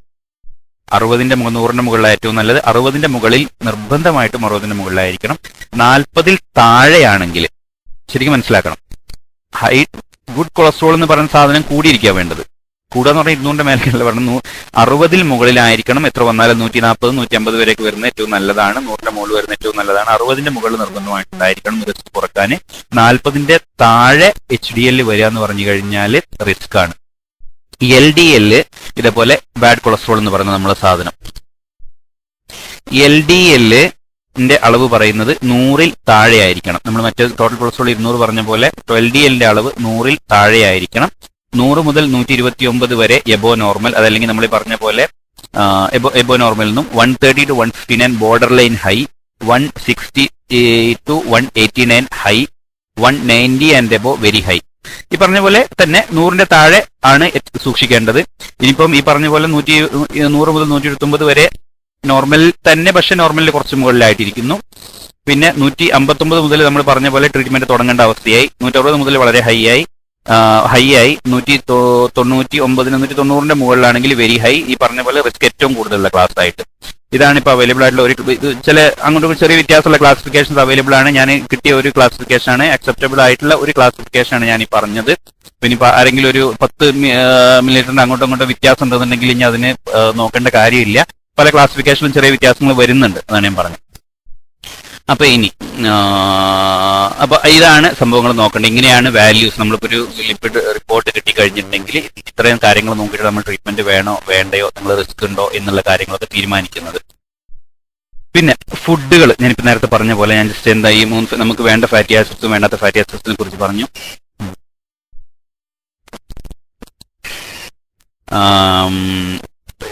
പ്ലാന്റിൽ തന്നെ നമ്മൾ പറഞ്ഞു അനിമൽ ഫാറ്റി ആസിഡ് സാധാരണഗതിയിൽ നമുക്ക് വേണ്ടാത്ത ട്രിഗ്ലിസറൈഡ് കൂടുതലുള്ള അല്ലെങ്കിൽ മറ്റ് ടോട്ടൽ കൊളസ്ട്രോൾ കൂടുന്ന രൂപത്തിലുള്ള സംഭവങ്ങളാണ് നമുക്ക് തരുന്നത്. പ്ലാന്റ് ആൻഡ് നട്ട്സ് ഓയിൽ, അതായത് നമ്മളെ സസ്യ അല്ലെങ്കിൽ നമ്മളെ കടല അങ്ങനെ പോലെയുള്ള എണ്ണകൾ ഉപയോഗിക്കും. Sunflower oil, safflower oil, ground നട്ട് ഓയിൽ, ഈ സംഭവങ്ങളൊക്കെ എന്താണ് നല്ല കൊളസ്ട്രോൾ അടങ്ങിയിട്ടുള്ളതാണ്, അല്ലെങ്കിൽ കൊളസ്ട്രോൾ കുറവ് ഉള്ള സാധനങ്ങളാണ്. ഒലീവ് ഓയിൽ നല്ല കൊളസ്ട്രോൾ ഇല്ലാത്ത സാധനമാണ്, അല്ലെങ്കിൽ നമുക്ക് വേണ്ട കൊളസ്ട്രോൾ തരുന്ന സാധനമാണ്. പാം ഓയിൽ, കോക്കനട്ട് ഓയിൽ, ഈ രണ്ട് സാധനങ്ങളും കൊളസ്ട്രോൾ ഇല്ല, പക്ഷെ അതിൽ നമ്മൾ നേരത്തെ പറഞ്ഞ സാച്ചുറേറ്റഡ് ഫാറ്റി ആസിഡ്സ് ആണ് ഉള്ളത്. മനസ്സിലായോ? അതുകൊണ്ടാണ് കോക്കനട്ട് ഓയിൽ ഇതിന് നല്ലതല്ല എന്ന് പറഞ്ഞത്. കോക്കനട്ട് ഓയിൽ ഡയറക്റ്റ് കൊളസ്ട്രോൾ ഇല്ല എന്നുണ്ടെങ്കിലും എന്തുണ്ട്, നമുക്ക് സാച്ചുറേറ്റഡ് ഫാറ്റി ആസിഡ് ഉള്ളത് കൊണ്ട് തന്നെ ഈ പാം ഓയിൽ, ഇത് രണ്ടും സസ്യ എണ്ണകൾ തന്നെയാണ്, അവിടെയാണ് മനസ്സിലാക്കേണ്ടത്. സസ്യ എണ്ണകൾ തന്നെ ആണെങ്കിലും പാം ഓയിലും കോക്കനട്ട് ഓയിലും സാച്ചുറേറ്റഡ് ഫാറ്റി ആസിഡ്സ് വളരെ നല്ല കണ്ടന്റിലുള്ളത് കൊണ്ടാണ് വേണ്ടെന്ന് പറയുന്നത്. പക്ഷേ കോക്കനട്ട് ഓയിൽ നമ്മുടെ കേരളത്തിലെ കുറെ ഡോക്ടേഴ്സും കുറെ പഠനങ്ങളൊക്കെ നല്ലതാണെന്ന് പറയപ്പെടുന്നു. അത് രണ്ടും ഉണ്ട്, അതും ഞാൻ അതിന്റെ കൂടുതൽ സൂചിപ്പിക്കുകയാണ്. സാധാരണ ഞാൻ ഈ നേരത്തെ പറഞ്ഞ പോലെ തന്നെ അക്സെപ്റ്റബിൾ ആയിട്ടുള്ള ഒരു രീതി, ഇതിൽ സാച്ചുറേറ്റഡ് ഫാറ്റി ആസിഡ്സ് ഉണ്ട്, കോക്കനട്ട് ഓയിൽ അതുകൊണ്ട് നല്ലതല്ല എന്നുള്ള രൂപത്തിലാണ് പറയപ്പെടുന്നത്. ആനിമൽ ഫാറ്റ്സ് ഞാൻ പറഞ്ഞ butter, cheese, liver, shrimp, meat, fish oil രണ്ടും ഉണ്ട്, ഞാൻ പറഞ്ഞല്ലോ. ഈ സംഭവങ്ങളിൽ ബട്ടർ, ചീസ്, ലിവർ എന്ന് പറഞ്ഞാൽ ലിവർ നമ്മൾ ഉണ്ടായി കഴിക്കുകയാണെങ്കിലും ഈ സംഭവങ്ങളിലൊക്കെ നമ്മൾ കേടുള്ള കൊളസ്ട്രോൾ ആണ് നമുക്ക് തരുന്നത്. അത് കൊളസ്ട്രോൾ കൂടുതലുള്ള സാധനങ്ങളാണ്, വേറെ രീതി പറഞ്ഞാൽ കൊളസ്ട്രോൾ കൂടുതലുള്ള സാധനങ്ങളാണ്. ഫിഷ് ഓയിൽ ഞാൻ പറഞ്ഞ പോലെ രണ്ടും ഉണ്ട്, പക്ഷെ ഫിഷ് ഓയിൽ നല്ലത് തന്നെയാണ് എന്നുള്ളതാണ് ഈ പറഞ്ഞ രൂപത്തിൽ കൂടുതൽ ആളുകളുടെയും അഭിപ്രായം. പിന്നെ ഇനി കൊളസ്ട്രോൾ കുറക്കാൻ, നമ്മളെ ഭക്ഷണത്തിൽ കൊളസ്ട്രോൾ കുറക്കാൻ നമ്മൾ ഈ പറഞ്ഞ പോലെ ഓയിൽ ഉപയോഗിക്കണം. ഇപ്പൊ ഈ സംഭവങ്ങൾ മാത്രം എന്ന് പറഞ്ഞിട്ടുണ്ടെങ്കിൽ നടക്കില്ല. അപ്പൊ വേറെ എന്തൊക്കെ രീതികളാണ് നമ്മൾ കൊളസ്ട്രോൾ കുറക്കാൻ വേണ്ടിയിട്ട് നമ്മുടെ ശരീരത്തിൽ നമുക്ക് ചെയ്യാൻ കഴിയുന്നത് എന്ന് ഒന്ന് നോക്കാം. ആദ്യം ഞാൻ കഴിഞ്ഞ ഇതിലൊക്കെ പറഞ്ഞ പോലെ തന്നെ വെളിച്ചെണ്ണനെ കുറിച്ച് പറഞ്ഞത് ഞാൻ ഈ ചോദ്യത്തിൽ പറയാം ഇൻഷാ അല്ലാഹ്. അപ്പം നമ്മുടെ ഭക്ഷണ രീതികളിൽ വരുന്ന വ്യത്യാസങ്ങൾ, ഭക്ഷണ രീതികളിൽ എപ്പോഴും എന്ത് വേണം, ഫൈബർ കണ്ടെയ്നിങ് ഫുഡ്സ് എപ്പോഴും. അത് ഒരു കൊളസ്ട്രോളിന് അല്ലെങ്കിൽ ഷുഗറിന് എന്നുള്ളതല്ല, നമ്മുടെ ഭക്ഷണത്തിലെ മെയിൻ ഭാഗം. ഞാൻ കഴിഞ്ഞ ക്ലാസ്സിലൊക്കെ പറഞ്ഞിരുന്ന പോലെ തന്നെ എല്ലാ ഘടകങ്ങളും കൂടിയിട്ടുള്ള ഭക്ഷണ രീതിയാണ് നമ്മൾ നോക്കേണ്ടത്. ഒന്ന്, അതിന്റെ മെയിൻ ആയിട്ടുള്ളൊരു ഭാഗം ഫൈബർ കണ്ടെയ്നിങ് ഫുഡ്സ്, അതായത് നമ്മുടെ ശരീരത്തിലേക്ക് വേണ്ടാത്ത സാധനങ്ങളാണെങ്കിലും വേണ്ട സാധനങ്ങളാണെങ്കിലും കൂടുതൽ അബ്സോർബ് ചെയ്യപ്പെടുന്ന തടയുക. ഫൈബർ ഫുഡ്സിന്റെ എന്താണെന്ന് വെച്ച് കഴിഞ്ഞാൽ ഫൈബർ കൂടുതൽ ഈ സാധനങ്ങൾ നമ്മുടെ ശരീരത്തിലേക്ക് അബ്സോർബ് ചെയ്യൂല. അപ്പൊ അത് നമ്മുടെ മലത്തിന്റെ അളവ് കൂട്ടുകയും അതേപോലെ തന്നെ നാരുവർഗ്ഗങ്ങൾ ഈ മലത്തിന്റെ അളവ് കൂട്ടുകയും അത് നമ്മുടെ ശരീരത്തിലേക്ക് ബാക്കിയുള്ള ഈ പറഞ്ഞ പോലെ കൊളസ്ട്രോൾ നമ്മൾ കഴിക്കുന്ന ഭക്ഷണത്തിൽ ഉണ്ടെങ്കിൽ തന്നെ അത് കൂടുതൽ അബ്സോർബ് ചെയ്യപ്പെടാണ്ട് ഈ മലത്തിന്റെ കൂടെ എക്സ്ക്രീറ്റ് ചെയ്ത് പോവാനുള്ള ഒരു കാരണമായി തീരുകയും ചെയ്യും. അതിനൊരു ഓട്സ്, അതേപോലെ ഗ്രെയിൻസ് ഒക്കെ തൊലി കളയാണ്ടുള്ള ധാന്യങ്ങൾ കഴിക്കുക, ബീൻസ്, പയറുവർഗ്ഗങ്ങൾ കൂടുതൽ കഴിക്കുക. ഈ സാധനങ്ങളൊക്കെയാണ് വേണ്ടത്. മീനിനെ കുറിച്ച് ഒമേഗ 3 ഫാറ്റി ആസിഡ്സ് ഉള്ളതുകൊണ്ട് ഈ ഒമേഗ 3 ഫാറ്റി ആസിഡ്സിന്റെ വേറൊരു ഗുണം എന്ന് പറഞ്ഞു കഴിഞ്ഞിട്ടുണ്ടെങ്കിൽ മീൻ കൂട്ടണം എന്നാണ് പറയുന്നത്. മീനിന്റെ എണ്ണകൾ നല്ലതാണെന്നുള്ളതാണ് ഈ ഇതിൽ പറയുന്നത്. ഡയറക്റ്റ് BP കുറക്കും എന്നുള്ള, ബ്ലഡ് പ്രഷർ കുറക്കും എന്നുള്ള ഒരു കാര്യം പറയുന്നുണ്ട് ഒമേഗ 3 ഫാറ്റി ആസിഡ്സ് ഉണ്ട്. അതുകൊണ്ട് തന്നെ ഇതിൽ ചെറിയ രൂപത്തിൽ കൊളസ്ട്രോൾ ഇല്ല. കൊളസ്ട്രോളിന്റെ ആ ഒരു ഇത് നോക്കി അതിന് ഇങ്ങനെ ഒരു നല്ല വശമുള്ളത് കൊണ്ട് ആണ് ഫിഷ് ഓയിൽസ് ഏറ്റവും നല്ലതാണെന്ന് പറയാൻ കാര്യം. എന്നിട്ട് വാൽനട്ട്സ്, ആൽമണ്ട്സ്, ഈ നട്ട്സുകളൊക്കെ ബദാം പോലെയുള്ള നട്ട്സ് രൂപത്തിലുള്ള സാധനങ്ങൾ ഇതിലും എന്തുണ്ട്, ഇത് ഒരു ദിവസം നമ്മൾ കൂടുതൽ കഴിക്കാൻ പാടില്ല. ഇത് നല്ലതെന്ന് ഇതിൽ കൊളസ്ട്രോൾ കുറവാണ്. ഇതിന്റെ മെയിൻ കണ്ടന്റ് പ്രോട്ടീൻസ് ആണ്. അപ്പം ഈ സാധനത്തിൽ പ്രോട്ടീൻസും കാലറീസും ആണ്. അപ്പൊ കാലറിക്ക് വേണ്ടിയിട്ട് നമ്മളൊരു വേണ്ട രൂപത്തിൽ ഒരു കൈ നിറയെ എന്നൊക്കെ പറയുന്ന പോലെ അത്രയും, അല്ലെങ്കിൽ നട്ട്സ് ഇങ്ങനെ ഇന്ന് രാവിലെ മുതൽ വൈകുന്നേരം വരെ തിന്നുക എന്നുള്ളതല്ല.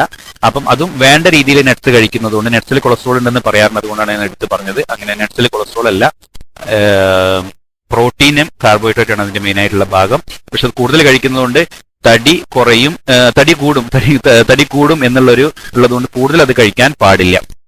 ഒലീവ് ഓയില് അതിൽ ആന്റി ഓക്സിഡൻസ് ഉള്ളതുകൊണ്ട് തന്നെ LDL കുറക്കും.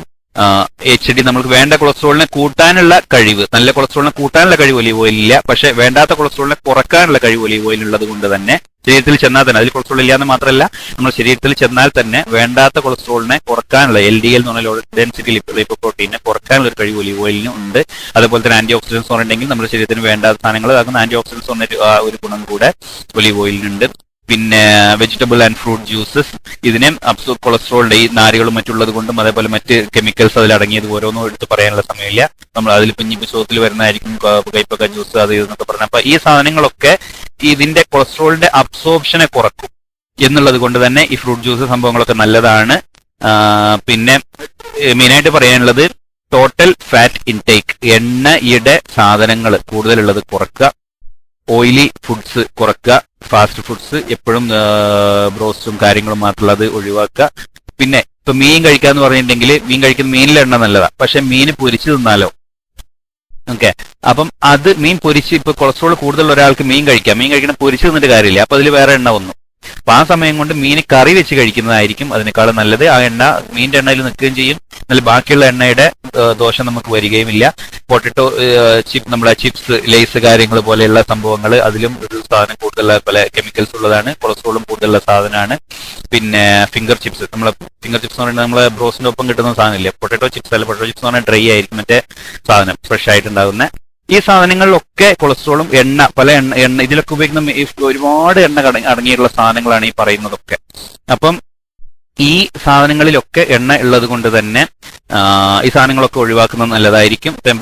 പറഞ്ഞത് സസ്യ എണ്ണകൾ കൂടുതൽ ഉപയോഗിക്കുക, മൃഗങ്ങളിൽ നിന്നും ജീവികളിൽ നിന്നുണ്ടാകുന്ന എണ്ണകൾ കുറയ്ക്കുക. ഫിഷ് ഓയിലിൽ ഞാൻ പറഞ്ഞപ്പോൾ ഒമേഗ 3 ഫാറ്റി ആസിഡ് ഉള്ളതുകൊണ്ട് അതിനുള്ള ഗുണവശങ്ങളുണ്ട്. നട്ട്സ് രൂപത്തിലുള്ള സാധനങ്ങൾ എന്ത് ചെയ്യണം, വേണ്ട രൂപത്തിൽ മാത്രമേ, കൊളസ്ട്രോൾ ഇല്ല പക്ഷെ പ്രോട്ടീനാണ്, അതുകൊണ്ട് പ്രോട്ടീൻ കൂടുതലുള്ളത് കൊണ്ട് തന്നെ തടി കൂടാനുള്ള കാരണങ്ങളുണ്ട്. ഒലീവ് ഓയിൽ നല്ല സാധനമാണ്. ഇനി പറയാനുള്ളത് ഞാൻ വെളിച്ചെണ്ണയുടെ പാം ഓയിലിന്റെ കാര്യം ഞാൻ നേരത്തെ സൂചിപ്പിച്ചു. പിന്നെ ടോട്ടൽ ഇൻടേക്കും കാര്യങ്ങളും കുറക്കുക എന്നുള്ളത്, total fat intake, oil intake കുറക്കുക എന്നുള്ളതും ശ്രദ്ധിക്കുക. ഫ്രൈഡ് ഐറ്റംസ് വളരെ കുറച്ച് കഴിക്കുക.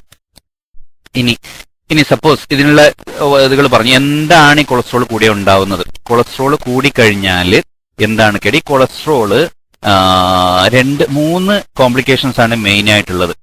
ഒന്ന്, നമ്മുടെ ഞാൻ പറഞ്ഞ പോലെ ഈ കൊളസ്ട്രോൾ എല്ലായിടത്തും ചെന്നിട്ട് ഇതിങ്ങനെ എണ്ണ, നമ്മൾ പോകുന്ന കുറെ എണ്ണുള്ള സാധനങ്ങൾ പാത്രമൊക്കെ നമ്മൾ ഭക്ഷണം കഴിച്ചാൽ കഴിഞ്ഞിട്ടുണ്ടെങ്കിൽ എണ്ണ പറ്റി പിടിച്ചിരിക്കുന്ന, അല്ലെങ്കിൽ പാത്രത്തിൽ പറ്റി പിടിച്ചിരിക്കുന്ന പോലെ തന്നെ നമ്മുടെ രക്തക്കുഴലിന്റെ ഭിത്തിയിൽ ഈ കൊളസ്ട്രോൾ പറ്റി പിടിച്ചിരിക്കും. ഇത് പറ്റി പിടിച്ചിരുന്നതിന്റെ പുറത്ത് നമ്മളെ പ്ലേറ്റ്ലെറ്റ് എന്ന് പറഞ്ഞ സാധനം വന്നിട്ട് അഗ്രിഗേറ്റ് ചെയ്യും. അപ്പൊ ഇതിങ്ങനെ നമ്മൾ ആകെ ചെറിയ രക്തക്കുഴലിന്റെ ഉള്ളിൽ ഭിത്തിയിൽ ഈ സാധനം ഉള്ളിൽ പറ്റി പിടിച്ചിരുന്നാൽ അതിങ്ങനെ അതിന്റെ മേലെ പ്ലേറ്റ്ലെറ്റ് വരും, പിന്നെ കൊളസ്ട്രോൾ വരും, പിന്നെ അങ്ങനെ ഒരു രൂപത്തിൽ അത് ഇരുന്നിട്ട് പ്ലാക്ക് എന്ന് പറയുന്നത്, അതായത് ഒരു അങ്ങനെ കട്ടിയായിട്ടിരിക്കുന്ന ഒരു അവസ്ഥ വരുമ്പോൾ, അതുകൊണ്ടാണ് രക്തക്കുഴൽ അടഞ്ഞു പോകുക പറയുന്നത്. ഇത് ഹാർട്ടിലേക്കുള്ള രക്തക്കുഴൽ, കൊറോണറി ആർട്ടറീസിലാണ് ഇത് സംഭവിക്കുന്നുണ്ടെങ്കിൽ ഹാർട്ട് അറ്റാക്ക് ഉണ്ടാവും. ഹാർട്ടിലേക്കുള്ള ഒരു ഭാഗത്തേക്കോ അല്ലെങ്കിൽ പല ഭാഗങ്ങളിലേക്കുള്ള രക്തം ഓട്ടം നിൽക്കും. അത് തലച്ചോറിൽ തോന്നുന്ന പോലത്തെ ഹാർട്ട് അറ്റാക്കും തലച്ചോറിൽ എന്താ മാത്രം എന്ന് ചോദിക്കുന്നതിന്റെ കാര്യം, അതിന് രക്തഓട്ടം ഇല്ലാണ്ട് നിമിഷങ്ങൾ പോലും നിൽക്കാൻ കഴിയില്ല. മാത്രമല്ല ഈ 2 സാധനങ്ങളാണ് ഹാർട്ടും അതേപോലെ ബ്രെയിനും തലച്ചോറുമാണ് നമ്മുടെ ശരീരത്തിന്റെ ബാക്കിയുള്ള എല്ലാത്തിനെയും നിയന്ത്രിക്കുന്ന സംഭവങ്ങൾ. അപ്പം ഇതിലേക്ക് രക്തഓട്ടം കുറയുക എന്ന് പറയുന്നത് അത്രയും അപകടകരമായ ഒരു സംഭവമാണ്. പിന്നെ ഒന്ന് ഹാർട്ട് അറ്റാക്ക്, രണ്ടാമത്തെ കോംപ്ലിക്കേഷൻ സ്ട്രോക്ക്, അതായത് തലച്ചോറിലേക്കുള്ള ഒരു ഭാഗത്തുള്ള രക്തോട്ടം കുറഞ്ഞിട്ട് ശരീരത്തിന്റെ ഒരു ഭാഗം തളർന്നു പോവുക എന്ന് പറയുന്നതാണ് സ്ട്രോക്ക് എന്ന് പറയുന്നത് ഉദ്ദേശിക്കുന്നത്. മൂന്നാമത്തത് ഞാൻ പറഞ്ഞ പോലെ തന്നെ വലിയ രക്തക്കുഴലല്ല, ചെറിയ രക്തക്കുഴൽ ശരീരത്തിന്റെ ഏതെങ്കിലും വേറെ കിഡ്നിയിൽ ഉണ്ടാവാറുണ്ട് ഇതേ പ്രശ്നങ്ങൾ തന്നെ. അതേപോലെ വയറിന്റെ ഉള്ളിൽ രക്തക്കുഴലിലേക്ക് അടഞ്ഞിട്ടുണ്ടാവാറുണ്ട്. പക്ഷെ അതൊന്നും എന്തല്ല, അതൊക്കെ വളരെ റയറായിട്ട് സംഭവിക്കാറുള്ളൂ എന്നുള്ളത് കൊണ്ട് തന്നെ എല്ലാവരും അങ്ങനെ ഒരുപാട് ഏത് രക്തക്കുഴലിനെയും അടച്ചു കളയുക എന്നുള്ളതാണ് ഇതിന്റെ ഒരു പ്രശ്നം.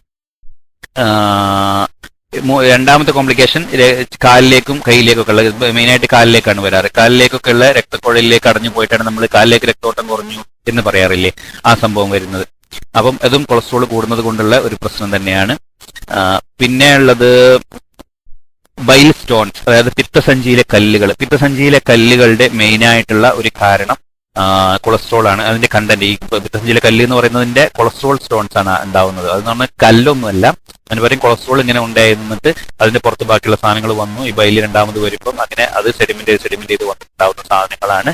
കൊളസ്ട്രോൾ മെയിനായിട്ടുള്ള കണ്ടന്റ് ആയിട്ടുള്ള കല്ലുകളാണ് എന്തുണ്ടാവുന്നത്, ഈ പിത്തസഞ്ചിയിലെ കല്ലുകളിൽ ഉണ്ടാകുന്നത്. അപ്പൊ അത് അതിന്റെ മെയിൻ ആയിട്ടുള്ള കോംപ്ലിക്കേഷൻ ആണ്. പിത്തസഞ്ചി അടഞ്ഞു പോവുക, കല്ല് വന്നതിന് ഇൻഫെക്ഷൻ വരിക, അതിന് ഓപ്പറേഷൻ ചെയ്യേണ്ടി വരിക എന്ന് പറയുന്ന ഒരു അവസ്ഥ ഉണ്ടാകും. അത് വന്നു കഴിഞ്ഞാൽ പറഞ്ഞുകൊണ്ട് അതിന്റെ കൂടെ ഉള്ളതും കൂടെ പറയാം. പിത്തസഞ്ചിയിലെ കല്ല് വന്നു കഴിഞ്ഞാൽ, പിത്തസഞ്ചിക്ക് ഇൻഫെക്ഷൻ വന്നു കഴിഞ്ഞാൽ അത് എടുത്ത് കളയാന്നുള്ളത് വഴിയുള്ളൂ. അത് നമ്മൾ മരുന്നിൽ ട്രീറ്റ് ചെയ്യാൻ വേണമെന്ന് പറഞ്ഞിട്ട് നോക്കിയിരുന്നു കഴിഞ്ഞാൽ അതെങ്ങാണ്ടും പൊട്ടി വയറിന്റെ ഉള്ളിലേക്ക് ലീക്കായി കഴിഞ്ഞാൽ വളരെ ജീവൻ തന്നെ നഷ്ടപ്പെടുന്ന രൂപത്തിലുള്ള അവസ്ഥയാണ്. പിന്നെ ഇപ്പം ഈ കല്ലുകളിലും അതേപോലെ പിത്തസഞ്ചിയിൽ നിന്ന്, ഞാൻ പറഞ്ഞ പോലെ പിത്തസഞ്ചിയിൽ നിന്ന് പിത്തത്തെ ചെറുകുടലിലേക്ക് കൊണ്ടുവരുന്ന കുഴലിലേക്കും ഉള്ള അടവുകൾക്ക്, അത് കല്ലുകൊണ്ടാവാം അല്ലെങ്കിൽ മറ്റുള്ള കുഴലിന്റെ പ്രശ്നങ്ങൾ കൊണ്ടാണെങ്കിലും എന്താണ്, ആ അടവുകൾക്ക് ഇപ്പം നമ്മൾ എൻഡോസ്കോപ്പി പോലെ വായിലൂടെ വയറിലേക്ക് ഇട്ടിട്ട് ചെറുകുടലിന്റെ അവിടെ ചെന്നിട്ട് അതിൽ കൂടെ സ്റ്റെന്റ് ഇടുന്നത്. അതായത് സ്റ്റെന്റ് എന്ന് പറഞ്ഞു കഴിഞ്ഞാൽ നമ്മൾ രക്തക്കുഴൽ, സ്റ്റെന്റ് നമ്മൾ ഹാർട്ട് അറ്റാക്കിലാണെങ്കിലും ബ്രെയിനിലെ സ്ട്രോക്കിലാണെങ്കിലും ഈ സംഭവത്തിൽ എന്താ, രക്തക്കുഴൽ അടഞ്ഞു പോയ സംഭവത്തിന്, രക്തക്കുഴൽ എന്ന് പറഞ്ഞാൽ ഇങ്ങനെ വട്ടത്തിലുള്ള ഒരു പൈപ്പാണ്.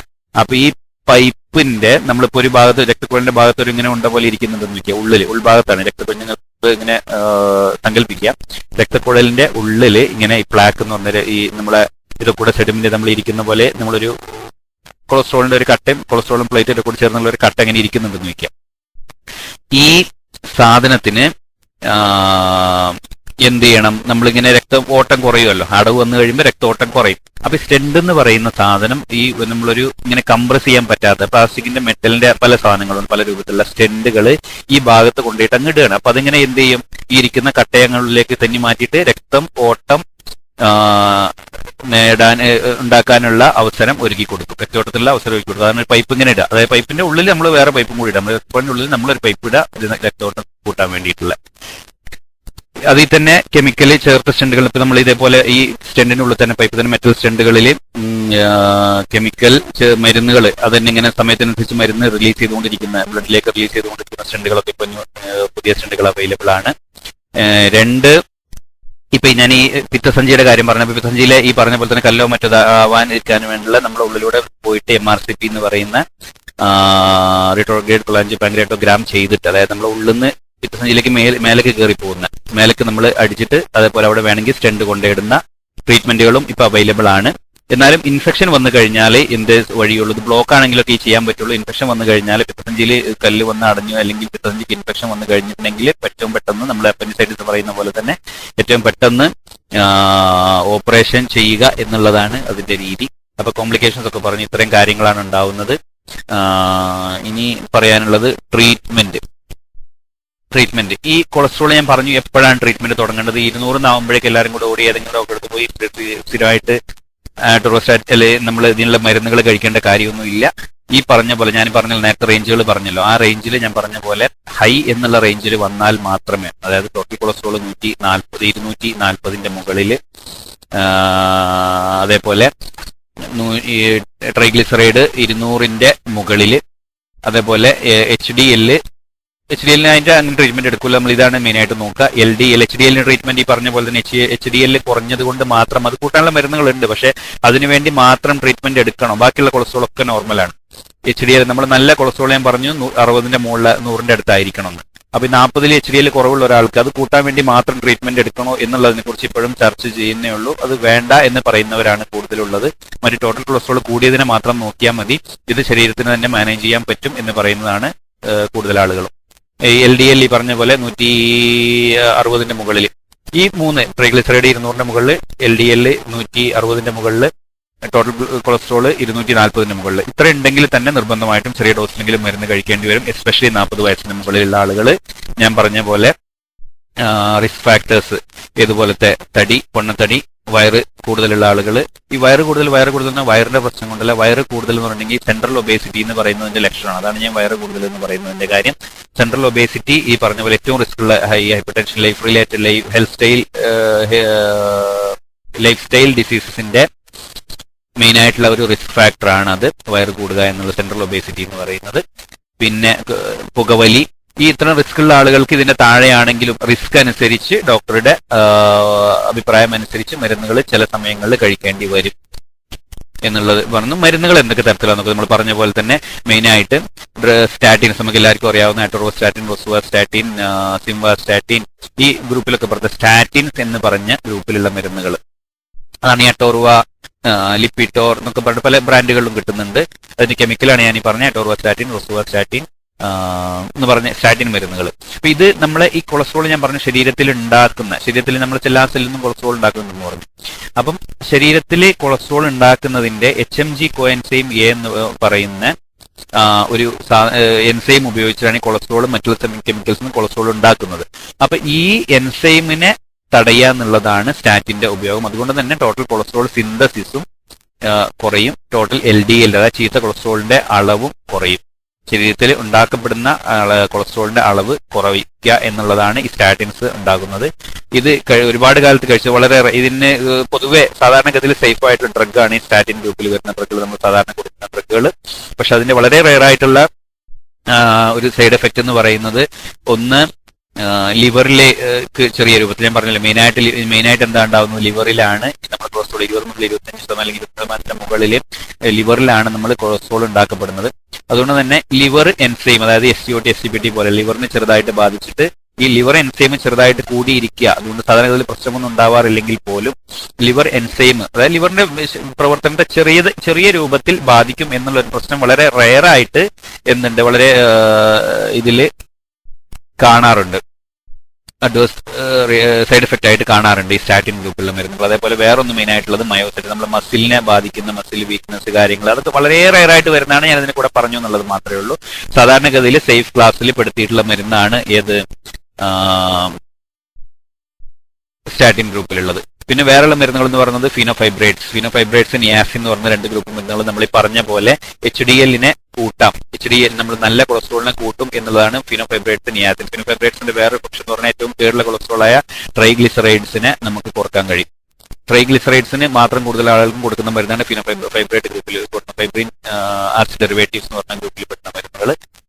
ഇത് പക്ഷേ ഈ പറഞ്ഞ പോലെ ഞാൻ നേരത്തെ പറഞ്ഞല്ലോ, HDL കുറഞ്ഞ ഒരാൾക്ക് ബാക്കിയുള്ള എല്ലാ കൊളസ്ട്രോളും നോർമലാണ്. അപ്പൊ HDL ഇപ്പൊ എനിക്ക് നല്ല കൊളസ്ട്രോൾ കുറവാന്ന് പറഞ്ഞിട്ട് എന്ത് വേണ്ട, ഈ മരുന്ന് സാധാരണഗതിയിൽ കഴിക്കേണ്ട എന്നാണ് സാധാരണ പറയുന്നത്. പിന്നെ നിക്കോട്ടിനിക് ആസിഡ്, ബൈൽ ആസിഡ്, ഈ പറഞ്ഞ പോലെ തന്നെ നമ്മളെ ശരീരത്തിൽ ഉണ്ടാകുന്ന കൊളസ്ട്രോളിന്റെ അളവ് കുറക്കാനുള്ള രൂപങ്ങളാണ് പറഞ്ഞത്. ഈ എസെറ്റിമിബ് എന്നൊക്കെ പറഞ്ഞ മരുന്ന്, എസെറ്റിമിബ് എന്ന് പറഞ്ഞ പുതിയ മരുന്നുണ്ട്. ഇതിനെ എന്ത് ചെയ്യാറുണ്ട്, നമ്മൾ എടുക്കുന്ന കൊളസ്ട്രോളിന്റെ അബ്സോർപ്ഷൻ കുറക്കാൻ, നമ്മൾ ഭക്ഷണത്തിലുള്ള കൊളസ്ട്രോളിന്റെ അബ്സോർപ്ഷൻ കുറക്കാൻ വേണ്ടിയിട്ട് ഉപയോഗിക്കുന്ന മരുന്നാണ് എസെറ്റിമിബ് എന്ന് പറഞ്ഞിട്ട്. അപ്പൊ നമ്മൾ നേരത്തെ ഷുഗറിനെ കുറിച്ച് പറഞ്ഞ പോലെ തന്നെ ശരീരത്തിൽ ഉണ്ടാവുന്ന കൊളസ്ട്രോളിന്റെ എണ്ണം കുറക്കാൻ, അതേപോലെ അബ്സോർബ് ചെയ്യുന്ന, നമ്മൾ പുറത്തുനിന്ന് കൊടുക്കുന്ന കൊളസ്ട്രോൾ അബ്സോർബ് ചെയ്യാണ്ടിരിക്കാനുള്ള മരുന്നുകൾ, പല ഗ്രൂപ്പിൽപ്പെട്ട മരുന്നുകൾ ഉപയോഗിക്കാറുണ്ട്. അത് ഡോക്ടർ നിങ്ങളുടെ കൊളസ്ട്രോളിന്റെ അളവ്, നിങ്ങളുടെ റിസ്ക് ഫാക്ടേഴ്സ്, നിങ്ങളുടെ ശരീരത്തിന്റെ മറ്റവസ്ഥകൾ, നിങ്ങളെ ഫാദറിന് മദറിന് കൊളസ്ട്രോൾ ഉണ്ടോ, അതായത് ഫാദറിന് മദറിന് കൊളസ്ട്രോൾ ഉണ്ടായിട്ടുണ്ടെങ്കിൽ നമുക്ക് തിരിച്ച് നമ്മുടെ ശരീരത്തിന്റെ ഘടന ആയതുകൊണ്ട് തന്നെ നമുക്കും ഹൈ കൊളസ്ട്രോൾ ഉണ്ടാവാനുള്ള ഒരു സാധ്യതയുണ്ട്. പക്ഷെ ഫാദറിന് മദറിന് കൊളസ്ട്രോൾ ഇല്ല എന്ന് കരുതിയിട്ട് നമുക്ക് എന്തില്ല, കൊളസ്ട്രോൾ ഒരിക്കലും വരില്ല എന്ന് പറയാൻ പറ്റില്ല.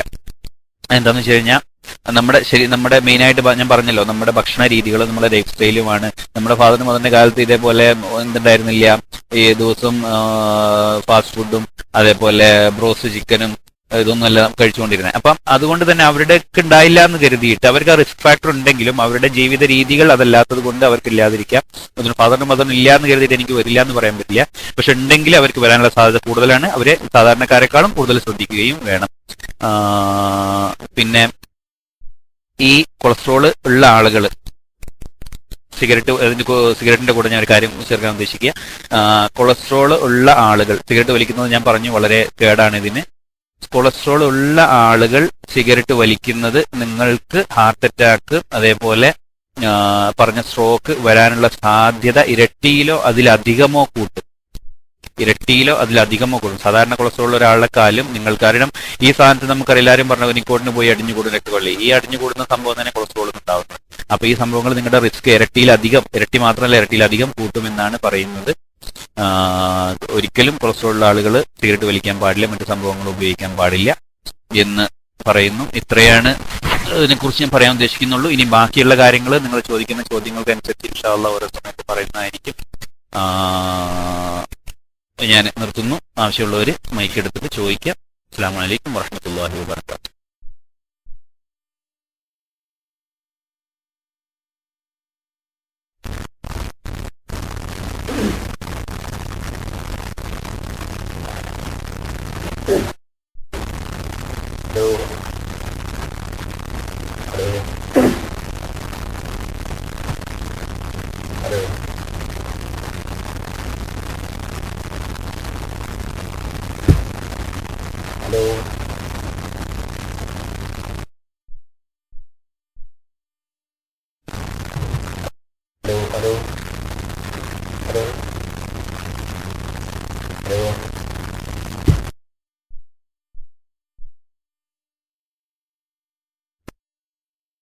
അസ്സലാമു അലൈക്കും വറഹ്മത്തുള്ളാഹി. ഹലോ, നേരത്തെ മൈക്കെടുത്ത ആള് സലാം, നിങ്ങൾ ഹലോ ഹലോ എന്ന് പറയുന്നത് ഞങ്ങൾ കേൾക്കുന്നുണ്ടായിരുന്നു. പിന്നെ ഇവിടെ എസ് അടിക്കുന്നത് നിങ്ങൾ ശ്രദ്ധിച്ചിട്ടില്ല എന്നു. ഡോക്ടറെ, ഞാൻ ഒരു സംശയം ചോദിക്കാൻ വേണ്ടി വിളിച്ചതാണ്. സോറി. പിന്നെ നേരത്തെ ഡോക്ടർ പറഞ്ഞിരുന്നു സൺഫ്ലവർ ഓയിൽ, അതുപോലെ തന്നെ ഈ ഒലീവ് ഓയിൽ, ഇതൊക്കെ. ഈ ഒലീവ് ഓയിൽ എങ്ങനെ ഒരു കേട്ടറിവാണ്, അത് ചൂടാക്കി കഴിഞ്ഞിട്ടുണ്ടെങ്കിൽ അത് ഡബിൾ കൊളസ്ട്രോൾ ആവും എന്നൊക്കെ ഇങ്ങനെ പറയുന്നത് കേൾക്കുന്നുണ്ട്. അതുപോലെ തന്നെ ഈ ഒലിവ് ഓയിലൊക്കെ നമുക്കിപ്പോൾ മീനതൊക്കെ പൊരിച്ച് കഴിക്കുന്നതുകൊണ്ട് വല്ല ബുദ്ധിമുട്ടുണ്ടോ?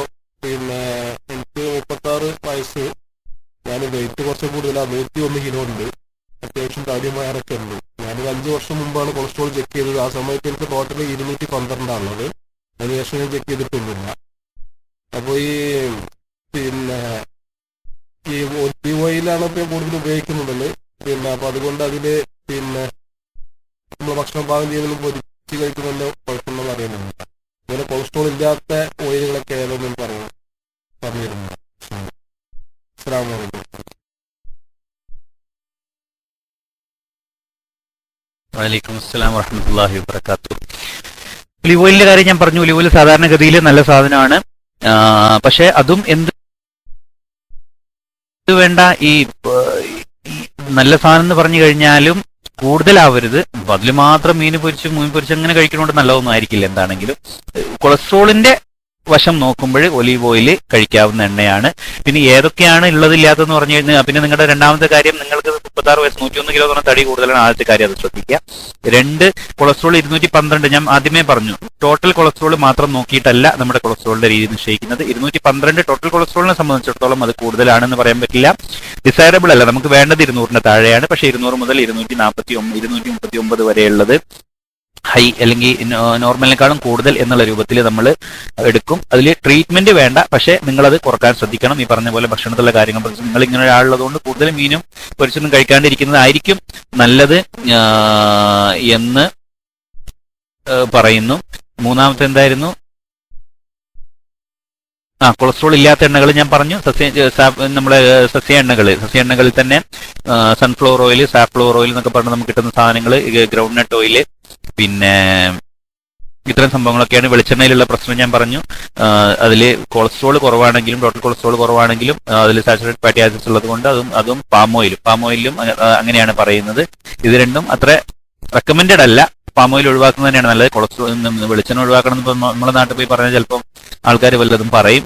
എന്നാലും കൊളസ്ട്രോൾ വെളിച്ചെണ്ണയുടെ ഇപ്പോഴും ഒരു ചർച്ച ചെയ്തുകൊണ്ടിരിക്കുന്ന ഒരു കാര്യം, ചിലർ നല്ലതാന്ന് നല്ലതാന്ന് ആരും പറഞ്ഞിട്ടില്ല, പക്ഷെ അത് ഉള്ളതുകൊണ്ട് കുഴപ്പമില്ല എന്ന് പറയുന്ന കുറച്ച് ആളുകൾ ഉണ്ടെങ്കിലും വെളിച്ചെണ്ണ, അതായത് എസ്പെഷ്യലി പുറത്തുള്ളവരുടെ അഭിപ്രായം വേണ്ട എന്നുള്ളത് തന്നെയാണ്. ചൂടാക്കി കഴിഞ്ഞാൽ ഡബിൾ ആവും എന്നുള്ളത് എനിക്കറിയില്ല. സാധാരണഗതിയിൽ കൊളസ്ട്രോൾ നല്ലതാണ്. പക്ഷെ ഇതിലെന്ത് ഒലീവ് ഓയിൽ മാത്രം ഭക്ഷണം ഉണ്ടാക്കി കഴിക്കുമെന്ന് എനിക്കറിയില്ല. സാധാരണ ഒലീവ് ഓയിൽ ഉപയോഗിക്കുന്നത് നമ്മളിങ്ങനെ ഭക്ഷണം ഉണ്ടാക്കി കഴിഞ്ഞതിന് മേലെ ഇതാക്കാൻ വേണ്ടി മാത്രമല്ലേ എന്നാണ് പറയുന്നത്. അതിലിങ്ങനെ കഴിച്ചിട്ട് ഞാൻ വെച്ചിട്ട് അതിലിങ്ങനെ ഉണ്ടാക്കുന്നുള്ളത്, ഇങ്ങനെ അങ്ങനെ പൊരിക്കാൻ ഉപയോഗിക്കും എന്നുള്ളതും എനിക്കറിയില്ല. നമ്മൾ ഇതിലൊക്കെ കാണുന്ന ഒലീവ് ഓയിൽ ശരിക്ക് നമ്മൾ ഭക്ഷണം ഉണ്ടാക്കിയതിന്റെ മുകളിൽ രണ്ട് കുറച്ച് അത് എന്താ പറയാ ഇങ്ങനെ തളിക്കുന്ന പോലെ ഉപയോഗിക്കുക മാത്രമേ ഉള്ളൂ എന്നുള്ളതാണ് ഞാൻ മനസ്സിലാക്കിയിട്ടുള്ള സംഭവം. അതാണ് തെറ്റാണ് ആണോ എന്നുള്ളത് എനിക്കറിയില്ല. എന്താണെങ്കിലും അപ്പം ഇത്തരം കാര്യങ്ങളാണ് നിങ്ങൾ ചോദിച്ചതിന് പറയുന്നത്. അസ്സലാമു അലൈക്കും.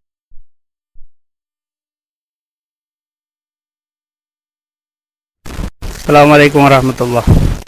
ഡോക്ടറെ, നമ്മൾ ഈ കറികളൊക്കെ ഉണ്ടാക്കുമ്പോൾ സാമ്പാർ പൊടി അതേപോലെ ഈ മസാല പ്രത്യേകമായിട്ട് അങ്ങനെ സെപ്പറേറ്റ് ചെയ്ത ഇത് കൂടുതൽ ഉപയോഗിക്കുന്നതുകൊണ്ട് വല്ല ബുദ്ധിമുട്ടുകളുണ്ടോ? അതിനെപ്പറ്റി ഒന്ന് വിശദീകരിച്ചാൽ. അസ്സലാമു അലൈക്കും.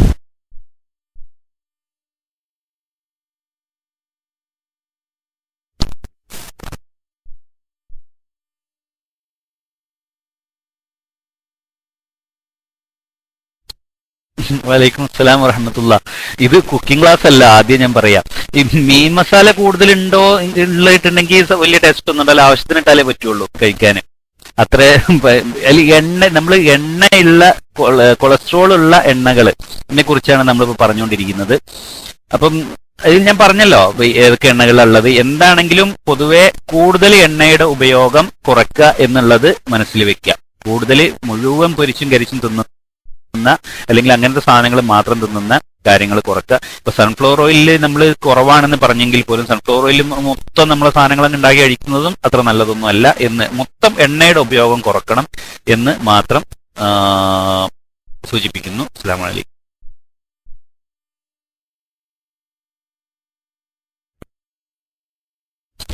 സാറേ, വലൈക്കും സ്ലാം. ഈ ഒലീവ് ഓയില് കൊളസ്ട്രോളിന്റെ കൊളസ്ട്രോൾ എന്നുള്ളത് തീരെയും ഇല്ല എന്നുള്ള സംശയമാണ് എനിക്കുള്ളത്. 100% കൊളസ്ട്രോൾ ഇല്ലാത്തതാണോ ഒലീവ് ഓയിൽ എണ്ണ എന്നൊരു സംശയം. അതിന്റെ പുറമെ ഹോട്ടലുകളിൽ മാത്രമല്ല, ചില പ്രവാസികളൊക്കെ എണ്ണ കൂടുതൽ ഒഴിച്ചിട്ട് മീൻ പൊരിക്കുന്നു. ഇന്നൊഴിച്ച എണ്ണ തന്നെ നാളെ തന്നെ എടുക്കുന്നു. ഹോട്ടൽ പിന്നെ പറയേണ്ടവിടെ എത്രമാത്രം ഉണ്ടാക്കും എന്നുള്ളതും, ഒരിക്കൽ തന്നെ എണ്ണ മത്സ്യം പൊരിച്ച ഒരെണ്ണ നാളെ ഉപയോഗിച്ചു, അല്ലെങ്കിൽ അത് വീണ്ടും മറ്റന്നാൾ ഉപയോഗിച്ചു, അതല്ല ഒറ്റ ഉപയോഗം കൊണ്ട് തന്നെ എണ്ണ എന്നുള്ള ആ ഒരു പവർ നഷ്ടപ്പെട്ടു പോയോ അതിന് എന്നുള്ള ഒരു വിഷയം അവിടെ നിന്ന് വിശദീകരിച്ച് നന്നായിരിക്കും. വൈക്കൂട്ട്.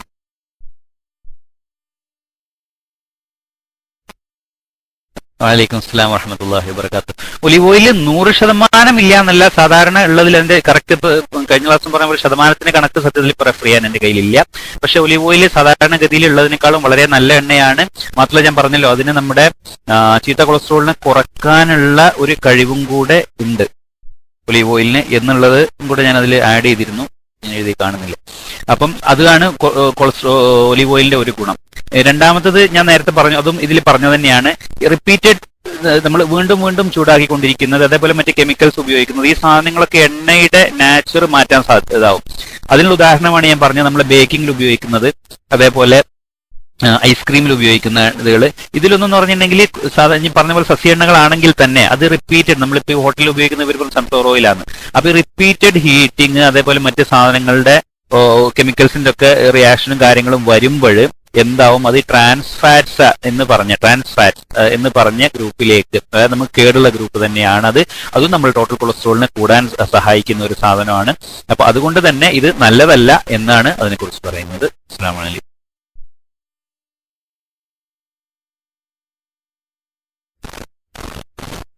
വലൈക്കും സ്സലാം. സാറേ, ഞാൻ കഴിഞ്ഞ വർഷം എനിക്ക് 255 ഉണ്ടായിരുന്നു കൊളസ്ട്രോള്. അങ്ങനെ ഞാനത് ട്രീറ്റ്മെന്റ് ചെയ്യാൻ സമയം കിട്ടാത്തത് കൊണ്ട് ആഫ്രിക്കയിലാണ് ജോലി ചെയ്യുന്നത്. ഇവിടേക്ക് വന്നു. അപ്പൊ ഇവിടെ പൊരിച്ചും കരിച്ചും വളരെ കുറവാണ്. ഒക്കെ ഗ്രില്ലിൽ ഉണ്ടാക്കുന്ന സാധനങ്ങൾ അങ്ങനത്തെ ആണ്. അപ്പൊ ഞാൻ അങ്ങനെ ശ്രദ്ധിച്ചിട്ടൊന്നുമില്ല. അങ്ങനെ ഇപ്പൊ നാട്ടിൽ പോയി കഴിഞ്ഞ മാസം നാട്ടിൽ പോയപ്പോൾ ചെക്ക് ചെയ്തപ്പം 242 അപ്പൊ വേറെ അങ്ങനെ ഒരു ട്രീറ്റ്മെന്റ് ഒന്നും ചെയ്തില്ല. ഞാൻ എങ്ങനെ കൺട്രോൾ ചെയ്യണോ എന്നൊന്ന് പറഞ്ഞു തന്നാൽ നന്നായിരുന്നു. മൈത്രി ചെയ്യുന്നു. വലൈക്കും സ്സലാം. അസ്സലാമു അലൈക്കും.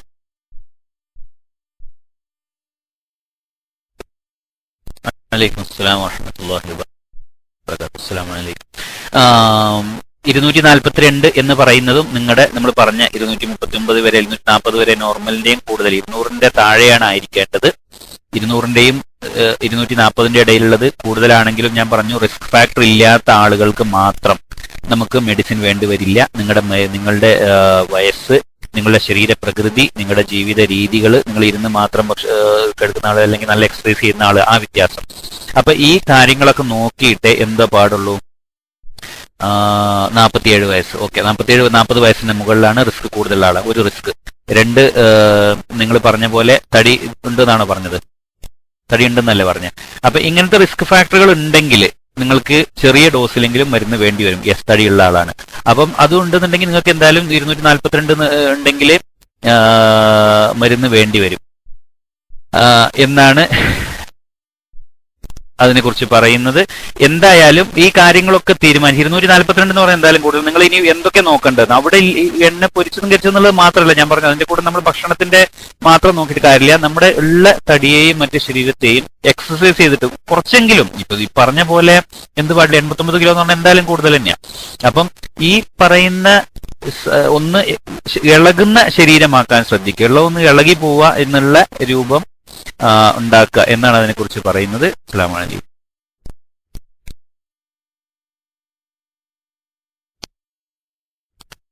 അസ്സലാമു അലൈക്കും വറഹ്മത്തുള്ളാഹി വബറകാതുഹു. കേൾക്കുന്നുണ്ടോ? ഹലോ ഹലോ, കേൾക്കുന്നുണ്ടോ? ഡോക്ടറെ, ഈ കൊളസ്ട്രോളിന് ഗുളിക കഴിച്ചു തുടങ്ങിക്കഴിഞ്ഞാൽ അത് ജീവിതകാലം മുഴുവനും കഴിക്കണമെന്ന് പറയുന്നതിന്റെ കാര്യം എന്താണ്? പിന്നെ അതേപോലെ ഷുഗറിന് ഒഴിവാക്കേണ്ട ഭക്ഷണങ്ങൾ എന്തൊക്കെയാണ്? പിന്നെ വേറൊരു കാര്യം കൂടി ചോദിക്കാനുള്ളത്, കുട്ടികൾക്ക് വെയിറ്റ് ഇല്ല, അപ്പൊ അതിന് വേണ്ടിയിട്ട് ഈ കൊളസ്ട്രോൾ അടങ്ങിയ ഭക്ഷണം കൊടുക്കുന്നതുകൊണ്ട് അവർക്ക് അതുകൊണ്ട് ബുദ്ധിമുട്ടുണ്ടാവും, അല്ലെങ്കിൽ അതെന്താണെന്ന് അറിയാൻ വേണ്ടിയിട്ടാണ് ഞാൻ മൈക്ക് വിടുന്നു. അസ്സലാമു അലൈക്കും.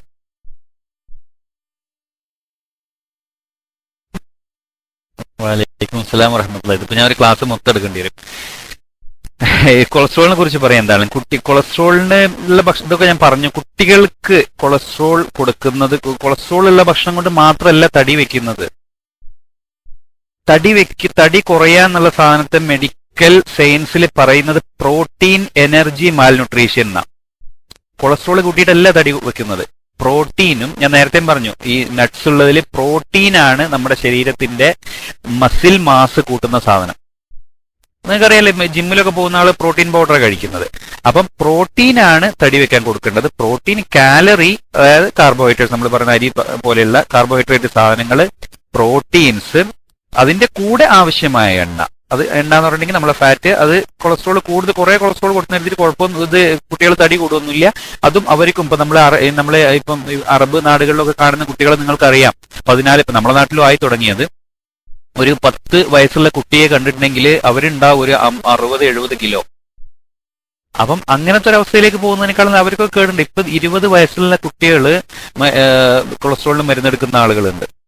അപ്പൊ ആ രൂപത്തിലേക്ക് ഒരിക്കലും എത്തിക്കരുത്. വേണ്ട എല്ലാം ഒരുപോലെ ബാലൻസ്ഡ് ആയിട്ടുള്ള ഡയറ്റ് കൊടുക്കുക എന്നുള്ളതാണ് വേണ്ടത്. 1. 2, കുട്ടികളുടെ കാര്യം പറഞ്ഞു. രണ്ടാമത്തെ, കൊളസ്ട്രോളിന്റെ മരുന്ന് കഴിച്ചു തുടങ്ങിക്കഴിഞ്ഞാൽ ജീവിതകാലം മുഴുവൻ കഴിക്കേണ്ടി വരും എന്നുള്ളത്. അത് ശരിക്കും ഞാൻ പറഞ്ഞല്ലോ, കൊളസ്ട്രോളിന്റെ മരുന്ന്, ഷുഗറിന്റെ മരുന്ന് എന്നൊക്കെ പറയുന്ന സാധനം ഞാൻ 2 ക്ലാസ്സിൽ ഞാൻ സ്ട്രെസ് ചെയ്ത് പറഞ്ഞിരുന്ന കാര്യമാണത്. ഇതൊന്നും നിങ്ങൾക്ക് ഒരു റീഡിങ് വെച്ചിട്ട് ഒരു ഡോക്ടറും നിങ്ങൾ മരുന്ന് തുടങ്ങില്ല. ഒരു റീഡിങ് വെച്ചിട്ട് ഒരു ഡോക്ടറും നിങ്ങൾക്ക് മരുന്ന് തുടങ്ങില്ല. ഞാൻ ഈ പറഞ്ഞ പോലെ ഇത്രയും പറഞ്ഞ് ഈ ബോർഡർ ലൈൻ ഹൈയുടെ മുകളിൽ നിങ്ങൾക്കുണ്ട് എന്നുണ്ടെങ്കിൽ, അതേപോലെ നിങ്ങൾക്ക് ഈ പറഞ്ഞ റിസ്ക് ഫാക്ടേഴ്സ് വല്ലതുണ്ടെങ്കിൽ, അല്ലെങ്കിൽ നിങ്ങൾക്ക് പെട്ടെന്ന് നമ്മൾ കൊളസ്ട്രോളിന്റെ മരുന്ന് ഒന്നും ഇല്ലാണ്ട് തുടങ്ങാന്ന്. കൊളസ്ട്രോളിന്റെ മരുന്ന് പ്രത്യേകിച്ച്, ഷുഗറിന് നമുക്ക് എന്ത് ചെയ്യാറുണ്ട്, നമുക്ക് സിംറ്റം ഉണ്ടാവും.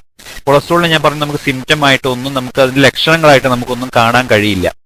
ഒന്നുകിലേ നമ്മൾ സാധാരണ ലാബിൽ ടെസ്റ്റ് ചെയ്യുമ്പോൾ നമ്മൾ അറിയുന്നത്, അതല്ലെങ്കിൽ നമുക്ക് ഹാർട്ട് അറ്റാക്ക്, സ്ട്രോക്ക് പോലുള്ള അസുഖങ്ങൾ വരുമ്പോൾ നമ്മൾ ഹോസ്പിറ്റലിൽ പോകുമ്പോൾ അറിയുന്നത് എന്നുള്ളതാണ് കൊളസ്ട്രോൾ അറിയാനുള്ള 2 വഴികൾ. അപ്പൊ ഈ ഇങ്ങനെ ഹാർട്ട് അറ്റാക്ക് വന്ന ആളും കൊളസ്ട്രോൾ വന്ന ആൾക്കും എന്തുണ്ട്, പെട്ടെന്ന് നമുക്ക് ട്രീറ്റ്മെന്റ് തുടങ്ങേണ്ടി വരും. അങ്ങനത്തെ ഒരാൾക്ക് എന്താണ്, കൊളസ്ട്രോൾ ഉള്ളത് കൊണ്ട് തന്നെ അയാൾക്ക് ജീവിതകാലം മുഴുവൻ കഴിക്കേണ്ടി വരും. അല്ലാണ്ട് ഒരു 210 വന്ന ഒരാൾ മരുന്നങ്ങ് തുടങ്ങി അവന് ഇനി 150 കഴിക്കണം എന്നുള്ള അങ്ങനെ ആരും പറയാറില്ല. അങ്ങനെ പറയുന്നതിന് അർത്ഥവുമില്ല. ഈ റിസ്ക് ഫാക്ടേഴ്സും മറ്റുള്ള ആളുകൾ കഴിക്കണം. പിന്നെ ഈ കൊളസ്ട്രോളിന്റെ മരുന്ന് കഴിക്കുന്നതിന്റെ ഒന്നെന്ന് പറഞ്ഞു കഴിഞ്ഞിട്ടുണ്ടെങ്കിൽ കൊളസ്ട്രോൾ കുറയാന്നുള്ളത് മാത്രമല്ല, അതിന് നമ്മളെ ഈ ഹാർട്ട് അറ്റാക്കും സ്ട്രോക്കും വരാനുള്ള നമ്മുടെ ശരീരത്തിന്റെ ആ അവസ്ഥയെ ചെറുത്ത് നിൽക്കുക എന്നുള്ള ഒരു കഴിവും കൂടെ കൊളസ്ട്രോളിന്റെ മരുന്നുകൾക്കുണ്ട്. അതുകൊണ്ട് തന്നെ ഈ പറഞ്ഞ പോലെ റിസ്ക് ഫാക്ടേഴ്സ് ഉള്ള ആളുകളിൽ ഡോക്ടേഴ്സ് ഇങ്ങനെ റിസ്ക് ഫാക്ടർ 40 വയസ്സിന് മുകളിൽ റിസ്ക് ഫാക്ടർ ഉള്ള ആളുകൾക്ക് തുടങ്ങിക്കഴിഞ്ഞാൽ നിങ്ങൾ തുടർച്ചയായി കഴിക്കണമെന്ന് പറയാറുണ്ട്. പിന്നെ വേറൊന്ന് വളരെ ഇപ്പം നമ്മൾ 100 ആളെടുത്തിട്ടുണ്ടെങ്കിൽ ഈ മരുന്ന് കഴിച്ചിട്ട് കൊളസ്ട്രോൾ കുറഞ്ഞ എത്ര ആളുണ്ട് നിങ്ങളൊന്ന് നോക്കിയാൽ അറിയാം ഏകദേശം. എത്ര മരുന്ന് കൊടുത്തു കഴിഞ്ഞാലും ഭക്ഷണവും കാര്യങ്ങളും ചെറുതാക്കി മരുന്നിൽ മാത്രം നിർത്താൻ കഴിയില്ല.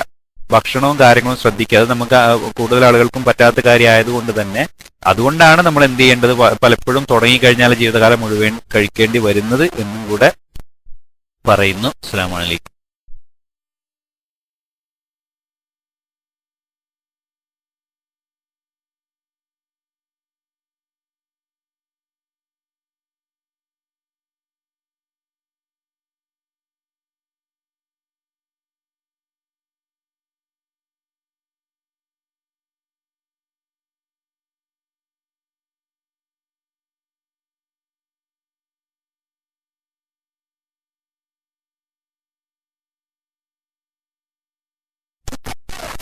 അസ്സലാമു അലൈക്കും വറഹ്മത്തുള്ളാഹി വബറകാതുഹു.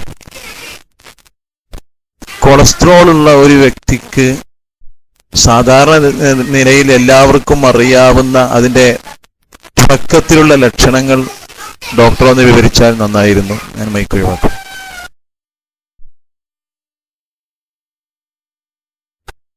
വലൈക്കും അസ്സലാം വറഹ്മത്തുള്ളാഹി. മൂപ്പര് ചോദിച്ച ചോദ്യത്തിനും അതേപോലെ അലിക്കുട്ടി ഒരു എന്താ ചിറ്റകത്ത് എന്ന് പറഞ്ഞ ഒരാൾ ചോദിച്ചിരുന്ന ആൾക്ക് കൈയും കാലും തരിപ്പുണ്ട് സംഭവിക്കുന്നു, അതിന്റെ കാരണം ചോദിക്കാമോ? കൊളസ്ട്രോൾ ഉള്ള ആൾ അല്ലെങ്കിൽ കൊളസ്ട്രോൾ ഉള്ള ആളാണ്.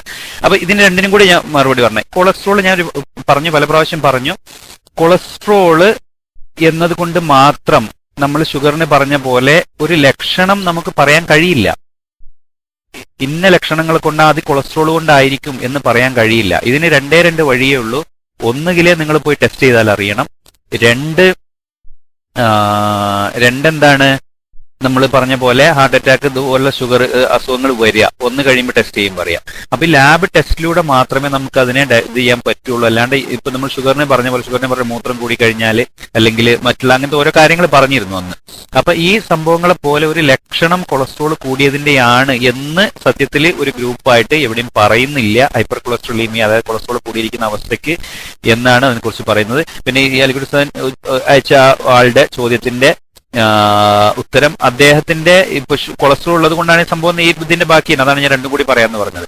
കൊളസ്ട്രോൾ ഉള്ളത് കൊണ്ട് തന്നെയാണ് ഈ സംഭവങ്ങൾ ഇയാളുടെ കൈകാൽ ധരിപ്പെന്ന് പറയാൻ പറ്റില്ല. അതിന് അദ്ദേഹത്തിന്റെ ബാക്കിയുള്ള കാര്യങ്ങളും കൂടെ അറിഞ്ഞാൽ മാത്രമേ എന്താണതെന്ന് പറയാൻ കഴിയുള്ളൂ. കൊളസ്ട്രോളിൻ്റെതായിട്ട് ഒരു സിംറ്റം കൊണ്ട് അല്ലെങ്കിൽ ഒരു ലക്ഷണം കൊണ്ട് ഇതുകൊണ്ട് നിങ്ങൾക്ക് കൊളസ്ട്രോൾ ഉണ്ടായിരിക്കാം എന്ന് പറയാൻ കഴിയില്ല.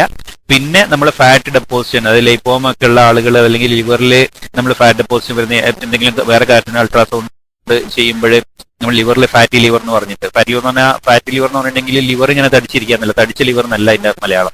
അപ്പൊ അതിൽ ഫാറ്റ് ഡെപ്പോസിഷൻ അങ്ങനത്തെ ഒക്കെ കാണുമ്പോൾ ഇങ്ങനത്തെ ഒക്കെ കാര്യങ്ങൾ കൊണ്ട് മാത്രമേ എന്താവുള്ളൂ, അറിയാൻ പറ്റുള്ളൂ കൊളസ്ട്രോൾ ഉള്ളത് എന്ന് മാത്രം പറയുന്നു. അസ്സലാമു അലൈക്കും.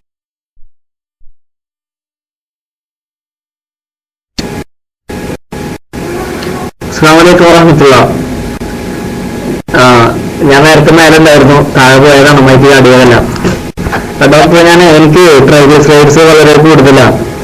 മരുന്ന് നിർത്തിയാല് 560, 600 ആ റേഞ്ചിലൊക്കെ എത്തും ട്രൈഗ്ലിസറൈഡ്സ്. 2 വർഷമായിട്ട് ഞാൻ ഇംഗ്ലീഷ് മരുന്ന് കഴിക്കുന്നുണ്ട്. ഫെനോഫൈബ്രേറ്റ് ആദ്യം കഴിച്ചിരുന്നു, 1.5 വർഷം കഴിക്കുന്നില്ലേ? ഹലോ, ഞാൻ പറയുന്നത് കേൾക്കുന്നില്ലേ? നിപ്പാങ്കിലായിരുന്നു ആദ്യം കഴിച്ചിരുന്നത് ഫെനോഫൈബ്രേറ്റ് 300. ഇപ്പോ 600 കഴിക്കുന്നത്. മരുന്ന് നിർത്തി കഴിഞ്ഞ് ഒരു 3 ആഴ്ച അല്ലെങ്കിൽ 1 മാസം മരുന്ന് നിർത്തിയാല് ട്രൈഗ്ലിസറൈഡ്സിന്റെ ലെവല് വീണ്ടും 450 റേഞ്ചിലാവും. മരുന്ന് കഴിച്ചുകൊണ്ടിരിക്കുമ്പോൾ 150 160 റേഞ്ചിലായിരിക്കും ഉണ്ടാവുക. ഭക്ഷണം കൺട്രോൾ ചെയ്ത് കഴിഞ്ഞിട്ട് 2-3 മാസം എണ്ണ അതുപോലെ മീറ്റിന് തീരെ കഴിക്കാതെ ഇരിക്കാതെ ഭക്ഷണം കൺട്രോൾ മരുന്ന് കഴിച്ചില്ലെങ്കിലും വല്ലാതെ കൂടാറുണ്ട്. അതുകൊണ്ട് 2 വർഷമായി കണ്ടിന്യൂ മരുന്ന് കഴിക്കുന്നു. ചോദ്യം എന്താണെന്ന് വെച്ചാല് ഇതിന് സ്ഥിരമായിട്ട് മരുന്ന് കഴിക്കുന്നത് വല്ല സൈഡ് എഫക്ട് ഉണ്ടാവും എന്നുള്ളതാണ്.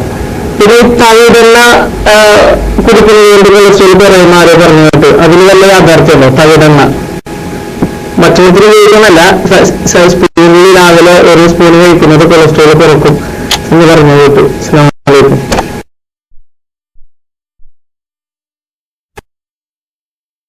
വലൈക്കും അസ്സലാം വറഹ്മത്തുള്ളാഹി വബറകാത്തു. 500ന്റെ മുകളിൽ എന്നാണ് പറഞ്ഞതെന്ന് തോന്നുന്നു. 500ന്റെ മുകളിലുള്ള ട്രൈഗ്ലിസറൈഡ് എന്താണെങ്കിലും കൂടുതലാണ്, വളരെ ഹൈ എന്നാണ് മനസ്സിലാക്കേണ്ടത്. പിന്നെ രണ്ടാമത്തെ എന്തായിരുന്നു, മരുന്ന് കഴിച്ചുകൊണ്ടിരിക്കുന്നത്. അപ്പൊ ഫിനോഫൈബ്രേറ്റ് ഞാൻ നേരത്തെ പറഞ്ഞു, ട്രൈഗ്ലിസറൈഡ് കുറക്കാൻ വേണ്ടി ഉപയോഗിക്കുന്ന മരുന്നാണ് ഫിനോഫൈബ്രേറ്റ്. അതാണ് 580 580 എന്ന് പറഞ്ഞാൽ വളരെ ഹൈ ലെവലിലാണ് ഉണ്ടായിരുന്നത്. അപ്പം നിങ്ങൾ തന്നെ പറഞ്ഞു, മരുന്ന് കഴിച്ചുകൊണ്ടിരിക്കുന്ന സമയത്ത് എന്തുണ്ട്, മരുന്ന് കൊളസ്ട്രോൾ 150ലേക്ക് വരുന്നുണ്ട്. അതിന്റെ അർത്ഥം നിങ്ങളെ കൊളസ്ട്രോൾ കൺട്രോളബിൾ ആണ്. എന്താണ്, കൺട്രോൾ ചെയ്യാൻ പറ്റുന്നുണ്ട്. അതിന്റെ കൂടെ ഇപ്പൊ ഈ ശബ്ദം കുറച്ചതായിരുന്നു, ഞാൻ കേട്ടത് 2 മാസത്തോളം ഞാൻ എന്താണ് ഭക്ഷണം കൺട്രോൾ ചെയ്തപ്പോൾ കുറഞ്ഞു വന്നു. അപ്പൊ അത് കഴിഞ്ഞപ്പോൾ നിർത്തിയെന്നാണ് എനിക്ക് മനസ്സിലായത്. അങ്ങനെയാണ് പറഞ്ഞതെന്നുണ്ടെങ്കിൽ ഇനി എന്റെ കുഴപ്പം കൊണ്ടാണോ എന്ന് എനിക്കറിയില്ല. അപ്പം ഈ സംഭവം പോരാ, നിങ്ങൾ ഈ മരുന്ന് കഴിച്ച് അതേപോലെ തന്നെ ഭക്ഷണം കൺട്രോൾ ചെയ്ത് കഴിഞ്ഞാൽ 150 നിങ്ങൾക്ക് അങ്ങനെയല്ലേ എന്നത് ഞാൻ കേട്ടെടുത്ത് കുഴപ്പം. അപ്പൊ എന്തായാലും ആ 150ലേക്ക് വരാൻ സാധിച്ച ഘടകം എന്താണോ, അതായത് നിങ്ങൾ കൺട്രോൾ ചെയ്തിട്ടാണെങ്കിലും ഗുളികയുടെ ഡോസ് കൊണ്ടാണെങ്കിലും അത് അതേപോലെ തുടർന്ന് കഴിഞ്ഞാൽ ആ 150 മെയിൻറ്റെയിൻ ചെയ്യാൻ പറ്റും. നിങ്ങളുടെ വീണ്ടും നിങ്ങളുടെ തടി, നിങ്ങളുടെ തൂക്കം, നിങ്ങളുടെ റിസ്ക് ഫാക്ടേഴ്സ് എന്നതിനെ ഡിപ്പെൻഡ് ചെയ്തിരിക്കും. മറ്റും ഏതെങ്കിലും ഇപ്പൊ നിങ്ങൾ ട്രൈഗ്ലിസറൈഡ് മാത്രമേ ഫിനോഫൈബ്രേറ്റ് ആണ് സാധാരണ യൂസ് ചെയ്യുക. പിന്നെ ബാക്കിയുള്ള കൊളസ്ട്രോളിന്റെ HDL-ന്റെ എണ്ണം എത്ര HDL, എത്ര HDL-ന്റെ അളവ് എത്രയാണ് എന്നുള്ളതും കൂടെ നോക്കിയിട്ട് മറ്റുള്ള റിസ്ക് ഫാക്ടേഴ്സിനെ കുറിച്ച് കമന്റ് ചെയ്യാൻ പറ്റുള്ളൂ. എന്തായാലും 400-500ന്റെ മുകളിൽ എന്ന് പറയുന്ന സംഭവം ഒരിക്കലും നല്ലതല്ല. ഞാൻ പറഞ്ഞു 200 മുതൽ 499, 200ന്റെ മേലെ തന്നെ 150 മുതൽ 200 വരെ മൈൽഡ് ഹൈ എന്നും, 200 മുതൽ 499 വരെ ഹൈ എന്നും, 500ന്റെ മുകളിൽ വെരി ഹൈ എന്നും. അത് ഈ 3 അർത്ഥം ഏകദേശം മനസ്സിലായിട്ടുണ്ടാവും. എല്ലാം കൂടുതലാണ്, പക്ഷെ ആ കൂടുതൽ തന്നെ 200ന്റെ മുകളിൽ തന്നെ ഹൈ എന്നുള്ള രൂപത്തിലാണ് കൂട്ടിയിരിക്കുന്നത്. അതായത് നിങ്ങൾക്ക് റിസ്ക് ഉണ്ട്, നിർബന്ധമായിട്ട് മരുന്നെടുക്കണം എന്നുള്ള രൂപത്തിലാണ് ക്ലാസിഫൈ ചെയ്തിരിക്കുന്നത്. അതുകൊണ്ട് തന്നെ ഈ കാര്യങ്ങൾ ശ്രദ്ധിച്ചു കഴിഞ്ഞാൽ അത് തന്നെ കണ്ടിന്യൂ ചെയ്യാൻ കഴിയും എന്ന് കരുതുന്നു ഞാൻ, നിങ്ങൾ പറഞ്ഞതനുസരിച്ച്. രണ്ടാമത്തെ കാര്യം, തവിടെണ്ണയുടെ കാര്യം സത്യത്തിൽ എനിക്ക് അറിയില്ല അങ്ങനെ സംഭവം ഉണ്ടോ എന്നുള്ളത്. അതിനെക്കുറിച്ച് അങ്ങനെ ഇനിയിപ്പോ കരിഞ്ചീരക അങ്ങനെ എല്ലാ എണ്ണയും ചോദിക്കും, അങ്ങനെ ചോദിച്ചതിൽ എനിക്ക് പറയാൻ അറിയില്ല. അത് അന്വേഷിച്ചറിയാണെങ്കിൽ ഞാൻ അടുത്ത ക്ലാസ്സിലെങ്ങാണ്ടും പറഞ്ഞു തരാം എന്ന് മാത്രം പറയുന്നു. അസ്സലാമു അലൈക്കും.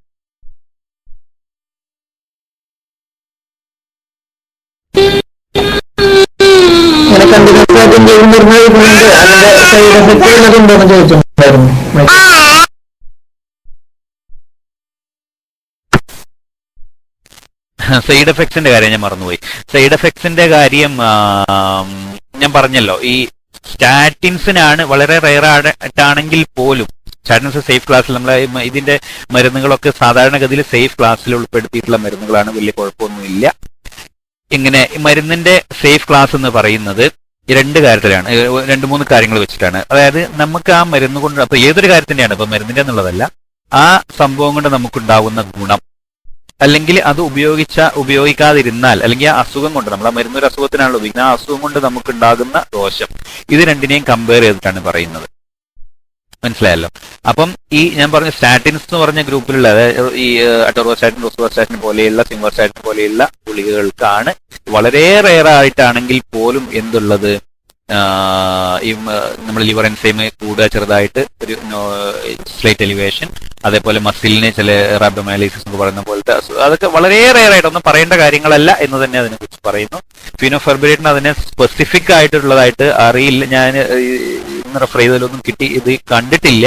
അങ്ങനെ ഉണ്ടെങ്കിൽ അത് ഞാൻ പറഞ്ഞു തരാം എന്നും ഓർമ്മിപ്പിക്കുന്നു. അതുകൊണ്ട് തന്നെ അത് അപ്പൊ ഈ പറഞ്ഞതിന്റെ ഉദ്ദേശം എന്ന് പറഞ്ഞു കഴിഞ്ഞാൽ, ആ മരുന്ന് നമ്മുടെ ഹാർട്ട് അറ്റാക്കും സ്ട്രോക്കും വരുന്നതിനേക്കാളും നല്ലതാണല്ലോ എന്തായാലും ഈ ഒരു ചെറിയ സംഭവം വരുന്നത് ഉണ്ടെങ്കിൽ തന്നെ എന്നാ പറയുന്നത്. പണ്ട് അതുണ്ട്, അതിന്റെ സിംറ്റംസ് ഉണ്ടെന്നുണ്ടെങ്കിൽ അത് ഡിസ്കണ്ടിന്യൂ ചെയ്യേണ്ടതാണെങ്കിൽ, അതുകൊണ്ട് ഹാർട്ട് അറ്റാക്ക് വല്ലാതെ രീതിയിൽ മരുന്ന് ഒരു ഡോക്ടറും കൊടുക്കില്ല. അങ്ങനെ വളരെ റെയർ ആയിട്ട് കാണുന്ന ഈ സംഭവങ്ങൾ ഉണ്ടെങ്കിൽ തന്നെ എന്താണ്, അത് ഡിസ്കണ്ടിന്യൂ ചെയ്യുകയും ചെയ്യും ആ സമയത്തിനനുസരിച്ച് എന്ന് മാത്രമേ അതിനെക്കുറിച്ച് പറയാനുള്ളൂ. അസ്സലാമു അലൈക്കും.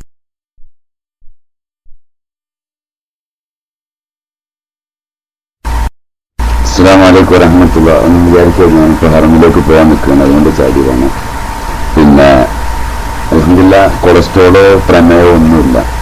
പക്ഷേ കാലിൻ്റെ നേരത്തെ ഒരാളുകൾ ടൈപ്പ് ചെയ്ത പോലെ കുറച്ച് കയറുമ്പോൾ കിടക്കുക, അതുപോലെ മുട്ടിന് വേദന ഇടയ്ക്കിടയ്ക്ക് വരിക, അങ്ങനെയുള്ള പ്രശ്നങ്ങളുണ്ട്. അതിന് കാര്യമായി ഡോക്ടറെ കാണിക്കേണ്ടതുണ്ടോ അതല്ല വേറെ എന്തെങ്കിലും പരിഹാരം ചെയ്യും മരുന്നുകൾ എന്തെങ്കിലും ഉണ്ടോ എന്നൊന്നും അറിയാനായിരുന്നു. അസ്സലാമു അലൈക്കും. അല്ലാഹു തആല നമ്മുടെ ഡോക്ടർ ജലീൽ അല്ലാഹു തആല ഖൈറും ബർക്കത്തും അദ്ദേഹം കൊടുക്കുന്ന മരുന്നിലൊക്കെ അല്ലാഹു തആല ശിഫ നൽകട്ടെ എന്ന് പ്രത്യേകം ദുആ ചെയ്ത് നിർത്തുന്നു. അസ്സലാമു അലൈക്കും.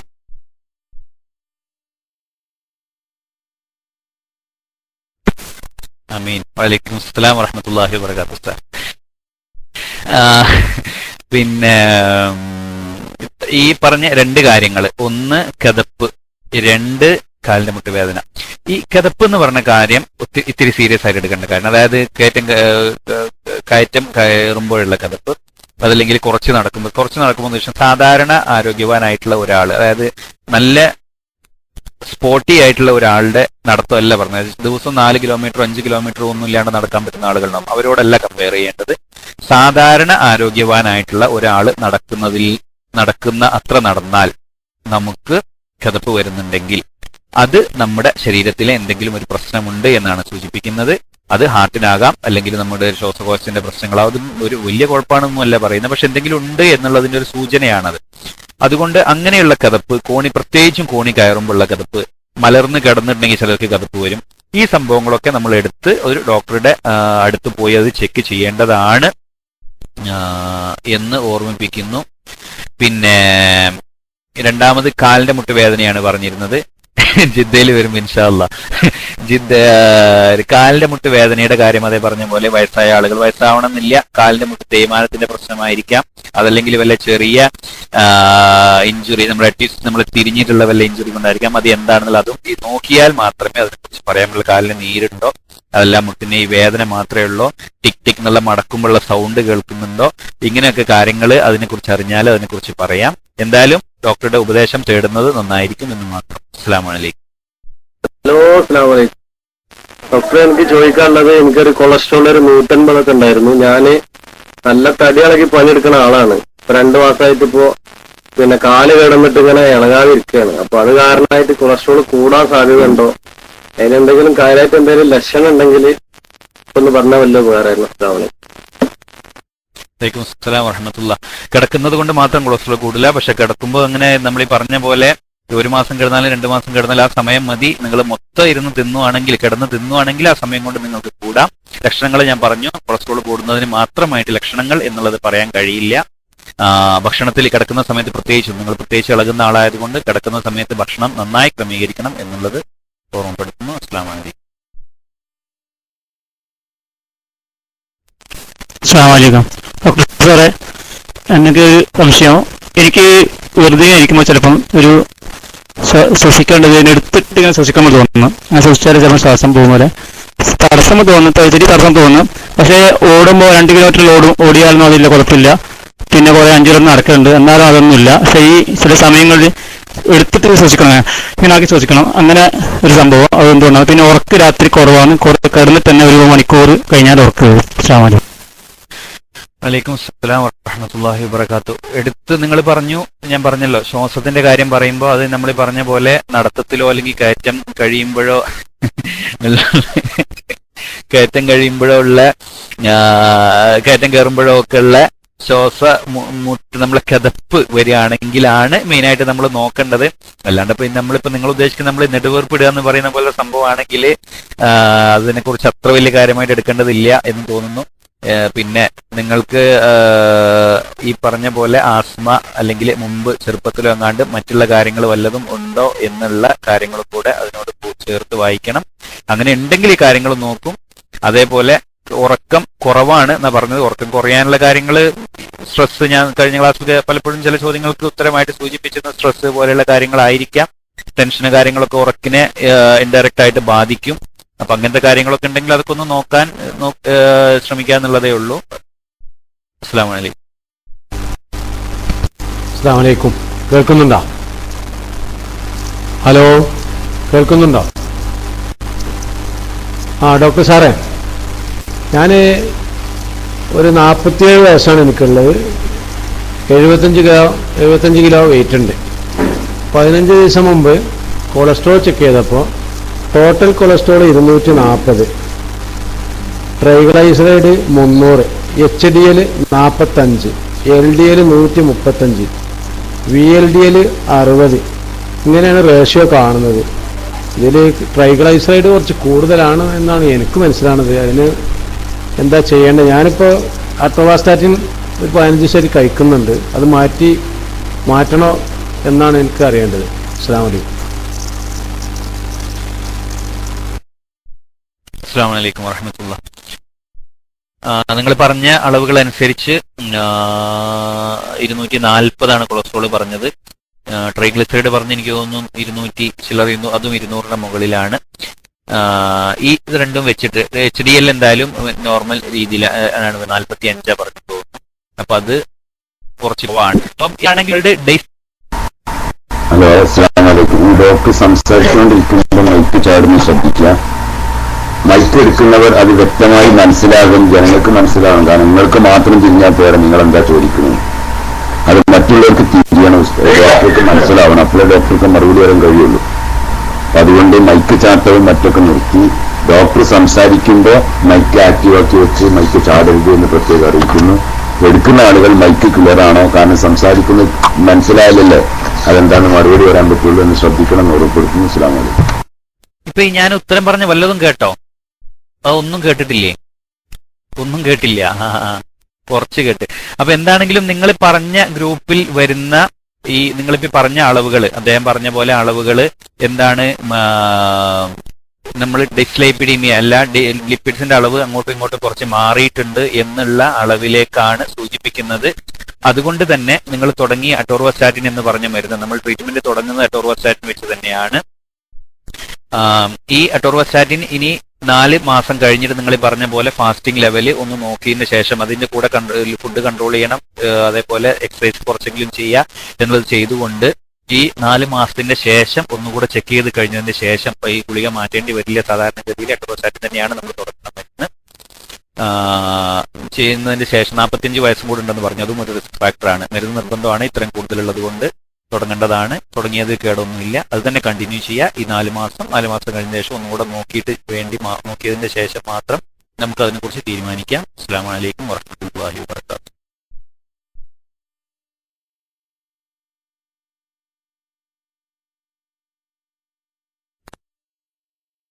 ഹലോ, അസ്സലാമു അലൈക്കും. കേൾക്കാമോ? ഒരു മാസം മുമ്പ് ഞാൻ എൻ്റെ ഫുൾ ബോഡി ചെക്കപ്പ് ചെയ്തപ്പോൾ എൻ്റെ കൊളസ്ട്രോൾ 230, ടോട്ടൽ കൊളസ്ട്രോൾ 235 അത് കൺട്രോൾ ചെയ്യാവുന്നതാണെന്നാണ് ഡോക്ടർ പറഞ്ഞത്. പക്ഷേ എനിക്ക് മനസ്സിലാവാറുണ്ട് SGOT, AST, അതേപോലെ SGPT, ALT എന്ന് പറയുന്നത് അതിൽ SGOT 115 അതേപോലെ SGPT 297 ഉണ്ട്. ഇത് എന്താണ് ഇതിന്റെ കാരണമെന്ന്, ഇതിന് എന്താണ് പരിഹാരമാണ്, ഇത് എന്താണെന്ന് മനസ്സിലാവാത്തതാണ്. ഒന്ന് വിശദീകരിക്കാൻ വളരെ ഉപകാരം.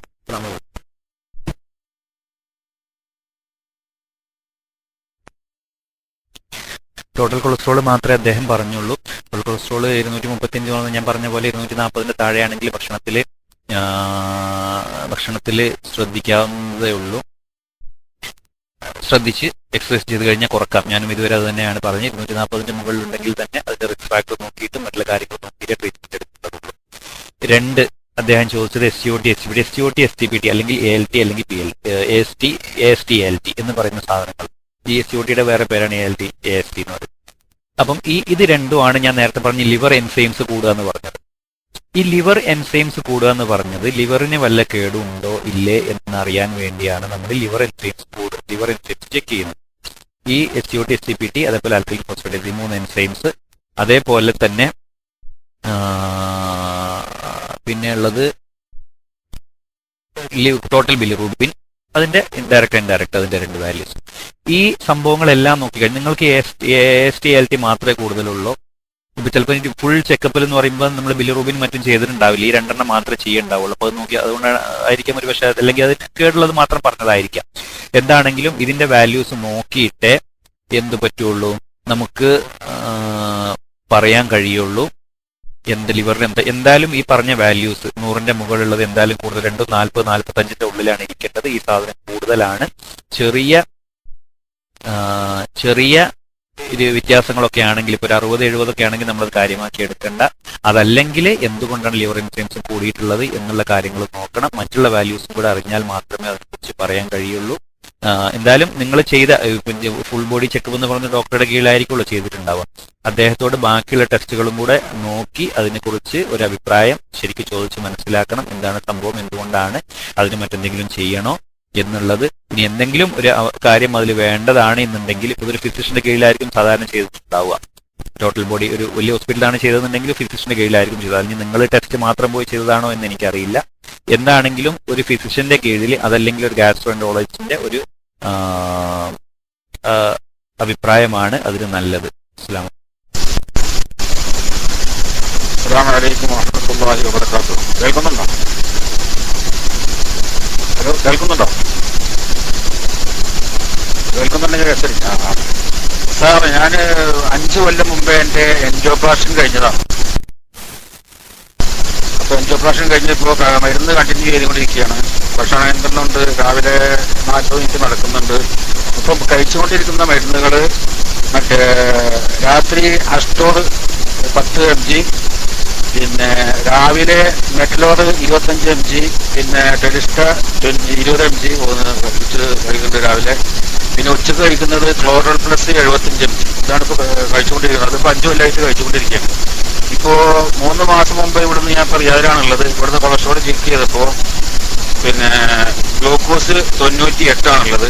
പിന്നെ cholesterol total 139, ട്രൈഗ്ലിസ്റ്റർ 166, direct HDL-C 39, LDL 67, VLDL 33.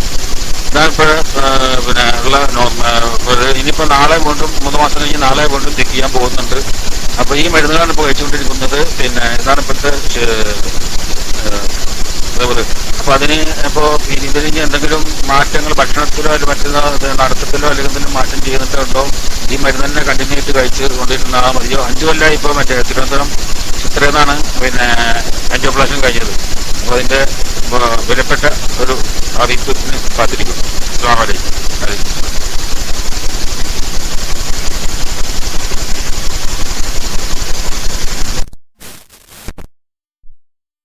വലൈക്കും അസ്സലാം വറഹ്മത്തുള്ളാഹി വബറകാതുഹു. ആൻജിയോപ്ലാസ്റ്റി കഴിഞ്ഞാണെന്നാണ് ഞാൻ കേട്ടത്. ശബ്ദത്തിൽ കുറച്ച് പ്രശ്നം ഉണ്ടായിരുന്നു. എന്താണെങ്കിൽ നിങ്ങൾ കഴിക്കുന്ന മരുന്നുകളൊന്ന് കൊളസ്ട്രോളിനുള്ളത്, 2 പ്രഷറിനുള്ളത്, 3 രക്തം കട്ട പിടിക്കാണ്ടിരിക്കാനുള്ള ഗ്രൂപ്പുകൾ, ഈ 3 ഗ്രൂപ്പുകളിൽ വരുന്ന മരുന്നുകളാണ് നിങ്ങൾ കഴിച്ചുകൊണ്ടിരിക്കുന്നത്. ഞാൻ കേട്ടതനുസരിച്ച് ഈ 3 മരുന്നുകളും നിങ്ങൾ കഴിക്കേണ്ട നിർബന്ധമായിട്ടും ആൻജിയോപ്ലാസ്റ്റി കഴിഞ്ഞ ഒരാൾ കഴിച്ചുകൊണ്ടിരിക്കേണ്ട മരുന്നുകളാണ്. സ്ഥിരമായിട്ടും ഒരു മാറ്റവും വരുത്തേണ്ടതില്ല. അത് എന്തെങ്കിലും BP കൺട്രോൾ ആയില്ലെങ്കിൽ കൂട്ടാനേ ഉണ്ടാവുള്ളൂ. സാധാരണ ഇതിലിപ്പോൾ നിങ്ങൾ പറഞ്ഞ പോലെ നിങ്ങൾക്ക് ഇത്ര നടക്കാനും കാര്യങ്ങളൊക്കെ പറ്റുന്നുണ്ടെങ്കിൽ ബാക്കിയുള്ള സാധനങ്ങൾ കൺട്രോളിലായിരിക്കും എന്നാണ് ഞാൻ മനസ്സിലാക്കുന്നത്.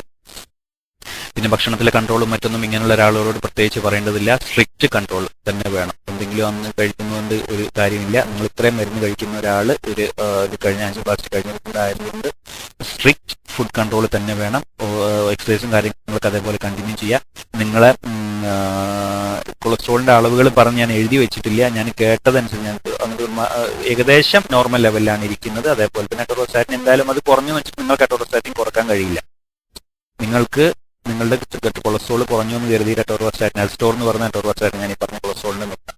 അപ്പം അത് ഒരിക്കലും നിങ്ങളുടെ കൊളസ്ട്രോൾ കുറഞ്ഞു എന്ന് വെച്ചിട്ട് നിങ്ങൾ ആൻജിയോപ്ലാസ്റ്റി കഴിഞ്ഞ ആളായതുകൊണ്ട് നിങ്ങൾക്ക് ഒരിക്കലും കുറക്കാൻ കഴിയില്ല. അത് കണ്ടിന്യൂ ചെയ്യണം. ബാക്കിയുള്ള കാര്യങ്ങൾ ഫുഡും എക്സസൈസും കാര്യങ്ങളൊക്കെ ശ്രദ്ധിക്കുക. ഞാൻ കേട്ടിടത്തോളം നിങ്ങളുടെ ഇതനുസരിച്ച് ലിപ്പിഡ് വാല്യൂസ് ഏകദേശം നോർമൽ ലെവലാണെന്ന് തോന്നുന്നു. ചെറിയ ഡിഫറൻസുകൾ അവിടെ ഇവിടെ ഉള്ളൂ. അത് ഈ മരുന്നിൽ തന്നെ കൺട്രോൾ ചെയ്യാവുന്നതുമാണ്. അസ്സലാമു അലൈക്കും. അസ്സലാമു അലൈക്കും. കേൾക്കുന്നുണ്ടോ? ഹലോ,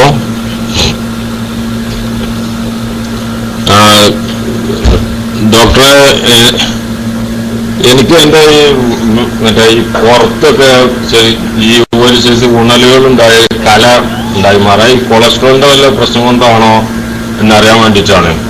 വിളിച്ച് കൊളസ്ട്രോൾ ചെക്ക് ചെയ്തിട്ട് 230 എന്നാണ് അവർ പറഞ്ഞത്.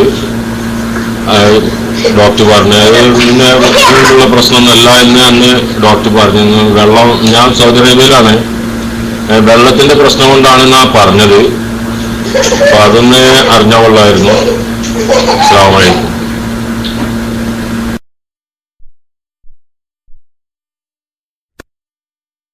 അസ്സലാമു അലൈക്കും വറഹ്മത്തുള്ളാഹി വബറകാതുഹു. ശരീരത്തിന്റെ മുകളിൽ കുരു ഉണ്ടാവുക എന്ന് പറയുന്നത് സാധാരണഗതിയിൽ രോമകൂപ്പങ്ങൾ പഴുക്കുക എന്നതാണ് ഉദ്ദേശിക്കുന്നത് എന്ന് ഞാൻ മനസ്സിലാക്കുന്നു. അതിന്റെ കാര്യം രോമകൂപ്പത്തിലുള്ള അവിടെ ഇൻഫെക്ഷൻ വരുന്നതാണ്. അത് ചെളി ഇരുന്നിട്ടോ അല്ലെങ്കിൽ വെള്ളത്തിനുള്ള അഴുക്കുകൾ ഇരുന്നിട്ടോ അതിനെ കൂടുതൽ വേർക്കുന്ന ആളുകൾ, കൊളസ്ട്രോൾ ഒരുപാട് കൂടുതൽ ആളുകളിൽ സീബത്തിന്റെ കട്ട് കുറഞ്ഞതുകൊണ്ട് അവിടെ ഇൻഫെക്ഷൻ ഉണ്ടാവാനുള്ള സാധ്യതയുണ്ട്. പക്ഷേ നിങ്ങൾ പറഞ്ഞ പോലെ 230 ആണെങ്കിൽ അതുകൊണ്ട് മാത്രമാണ് ഇതെന്ന് പറയാൻ ഒരിക്കലും കഴിയില്ല. കൊളസ്ട്രോൾ കൂടിയതുകൊണ്ടാണ് നിങ്ങൾക്ക് ഈ അസുഖം എന്ന് പറയാൻ കഴിയില്ല. പക്ഷേ 230 നിങ്ങൾ 200ന്റെ താഴെ ആക്കാൻ ശ്രമിക്കണം. പിന്നെ നിങ്ങൾ ജോലി എങ്ങനെയാണ് എന്നുള്ളതൊക്കെ അറിഞ്ഞ് കൂടുതൽ വേർക്കുന്ന ആളാണോ എന്നുള്ളതൊക്കെ അറിഞ്ഞാൽ അതിന് ഈ ഇൻഫെക്ഷൻ എന്താണെന്നുള്ളത് പറയാൻ പറ്റും. സാധാരണ നിങ്ങളിപ്പോൾ പറഞ്ഞ പുറത്തുണലി വരുന്നു, പഴുക്കുന്നു എന്ന് പറയുന്നത് രോമക്കൂപ്പം പഴുത്തതായിരിക്കാനേ സാധ്യതയുള്ളൂ. അത് പറഞ്ഞ പോലെ ഉള്ള സമയത്ത് കൂടുതൽ ഇൻഫെക്ഷൻ വരാൻ സാധാരണകളിൽ അത് വന്നു പോകും അല്ലേ. ചെറിയ ഓയിൻമെന്റോ മറ്റോ ആന്റിബയോട്ടിക് എന്തെങ്കിലും ന്യൂസ്പോറിൻ അല്ലെങ്കിൽ ഫ്യൂസിലിക് ആസിഡ് പോലുള്ള ഓയിൻമെന്റ് ഉപയോഗിച്ച് കഴിഞ്ഞാൽ മാറുന്നതാണ്. അതല്ലാതെ കൂടുതലുണ്ടെങ്കിൽ മാത്രം എന്ത് ചെയ്യേണ്ടി വരും? ആന്റിബയോട്ടിക്, ഓർലി ആന്റിബയോട്ടിക് മറ്റെടുക്കേണ്ടി വരും. അതാത് സമയത്ത് ഡോക്ടറെ സമീപിക്കുക. അസ്സലാമു അലൈക്കും. ഹലോ, ആരും എടുക്കാത്തതുകൊണ്ട് എടുത്തതാണ്. എനിക്ക് ടൈലർ പണിയാണ് ജോലി. പക്ഷെ ഞാൻ ഡോക്ടറെ കാണിച്ചപ്പോൾ ഡോക്ടർ പറഞ്ഞു അതിന് ചികിത്സ ഒന്നും ചെയ്യേണ്ട, ഇവിടുത്തെ വെള്ളത്തിന്റെ പ്രശ്നം കൊണ്ട് ഉണ്ടാകുന്നതാണെന്നാ പറഞ്ഞത്. അസ്സലാമു അലൈക്കും. അസ്സലാമു അലൈക്കും വറഹ്മത്തുള്ളാഹി. ഡോക്ടറെ, കൊളസ്ട്രോൾ അല്ലാത്തൊരു ചോദ്യമാണ്, ക്ഷമിക്കണം. പിന്നെ തൈറോയിഡിനെ പറ്റി ഒന്ന് ചോദിക്കാനാ. തൈറോയിഡ് രോഗികൾ തണുത്ത ആഹാരം കഴിക്കരുതെന്ന് പറയുന്നേക്കാം. അപ്പൊ ഈ ഫ്രൂട്ട്സ് അതൊക്കെ കഴിക്കുന്നതുകൊണ്ട് ബുദ്ധിമുട്ടുണ്ട്. അങ്ങനെ ഫ്രൂട്ട്സ് കഴിക്കുന്നതുകൊണ്ട് തൈറോയിഡ് കൂടുവോ? അങ്ങനെയൊക്കെ ഒന്നും ശ്രദ്ധിച്ചാൽ കൊള്ളാമെന്ന്. അസ്സലാമു അലൈക്കും.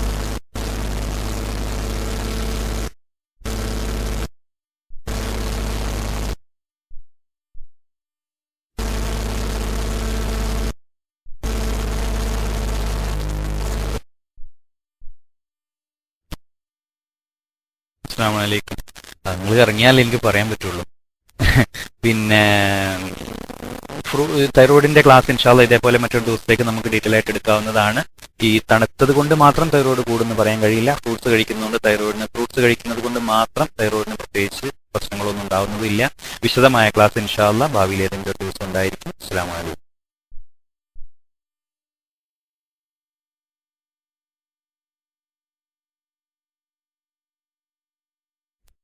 അസ്സലാമു അലൈക്കും.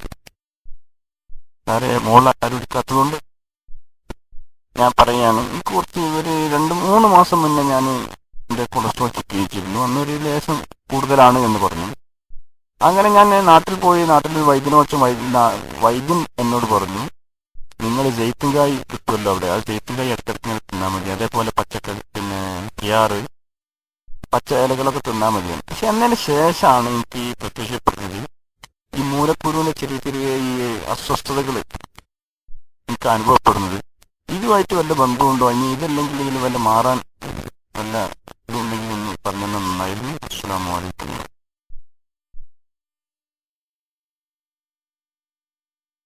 അസ്സലാമു അലൈക്കും വറഹ്മത്തുള്ളാഹി വബറകാതുഹു. സെയ്ത്ത് കായോ സെയ്ത്ത് എണ്ണയോ അല്ലെങ്കിൽ പച്ചക്കറികളോ കഴിക്കുന്നതുകൊണ്ട് ഒരിക്കലും മൂലക്കുരു വരില്ല. മൂലക്കുരുവിന് വേണ്ട നമ്മൾ മലം ശരിക്ക് കട്ടിയാവാതെ പോവാനുള്ള കാര്യമായിട്ടാണ് നമ്മൾ പച്ചക്കറിയും കൂടുതൽ കഴിക്കണം എന്ന് പറഞ്ഞു. മലബന്ധം ഇല്ലാണ്ടിരിക്കാൻ വേണ്ടിയിട്ടുള്ള കാര്യങ്ങൾ പറഞ്ഞു കൊടുക്കുന്ന സാധനമാണത്. അതുകൊണ്ട് എന്തായാലും വരില്ല. പിന്നെ ഇനി അത് മൂലക്കുരു ആണോ എന്ന് നിങ്ങൾ സിംറ്റം എന്ന് പറഞ്ഞുള്ളൂ. അതൊരു ഡോക്ടറെ കാണിച്ചിട്ട് അത് മൂലക്കുരു ആണോ എന്നുള്ളത് ചെക്ക് ചെയ്താൽ മാത്രമേ അതിനെക്കുറിച്ച് പറയാൻ പറ്റുള്ളൂ.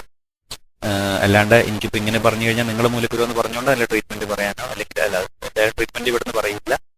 എന്തായാലും അങ്ങനെ കമന്റ് ചെയ്യാൻ കഴിയില്ല അതിനെക്കുറിച്ച്. അസ്സലാമു അലൈക്കും. ഒരു ഡോക്ടറെ കാണിച്ച് അത് ആദ്യം എന്താണ് സംഭവം എന്നുള്ളത് നിങ്ങൾ ഉറപ്പിക്കുക. ഇതുകൊണ്ട് എന്തായാലും ആ പ്രശ്നങ്ങൾ വരില്ല. ഇത് നല്ലതാണ്. അസ്സലാമു അലൈക്കും.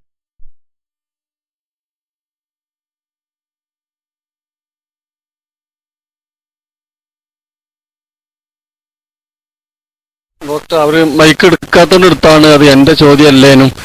മുട്ടയില്, കോഴിമുട്ടയില്, അതുപോലെ തന്നെ മറ്റ് താറാവ്, കോഴിമുട്ടയിൽ കൊളസ്ട്രോൾ ഉണ്ട് തോന്നുന്നു. പിന്നെ താറാമുട്ടയിൽ അതിന്റെ കൊളസ്ട്രോൾ ഇല്ല എന്നുള്ള ഒരു ചോദ്യം, എത്രമാത്രം ഉണ്ട്, ആ മുട്ട കഴിക്കാൻ പറ്റുമോ എന്നാണ് ഒരു ചോദ്യം വന്നിട്ടുള്ളത്. മൈക്ക് വിട്ടു.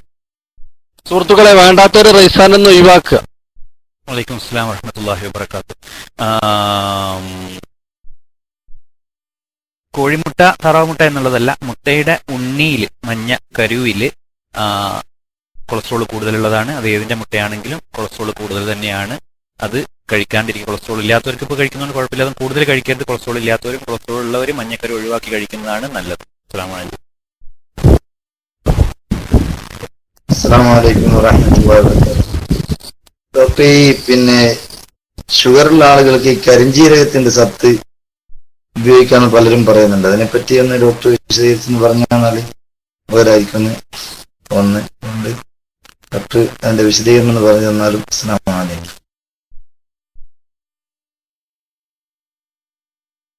വലൈക്കും അസ്സലാം വറഹ്മത്തുള്ളാഹി വബറകാത്ത്. ഞാൻ സമാധാനിച്ചിരിക്കുകയായിരുന്നു, വലിയ ആയുർവേദമൊന്നും വന്നില്ലല്ലോ എന്ന് കരുതി. കരിഞ്ജീരകവും തവിട് എണ്ണയും കാര്യങ്ങളും ഒന്നും സത്യത്തിൽ എനിക്ക് അറിയില്ല. ഞാൻ പറഞ്ഞു, ഞാൻ പഠിച്ചിട്ട് അതിനെക്കുറിച്ച് അന്വേഷിച്ചിട്ട് വേണമെങ്കിൽ ഞാൻ അതിനെക്കുറിച്ച് പറയാം എന്ന് മാത്രമേ കഴിയുള്ളൂ. അതുകൊണ്ട് കുറേയൊന്നും പറയാൻ എനിക്കറിയില്ല. ആരെങ്കിലും ഉണ്ടെങ്കിൽ, എന്താ പറയാ, ആയുർവേദത്തിന്റെ ആരെങ്കിലും ഉണ്ടെങ്കിൽ പറയാം. അതില്ലെങ്കിൽ നിങ്ങൾക്ക് അവരോട് അന്വേഷിക്കാം. അസ്സലാമു അലൈക്കും.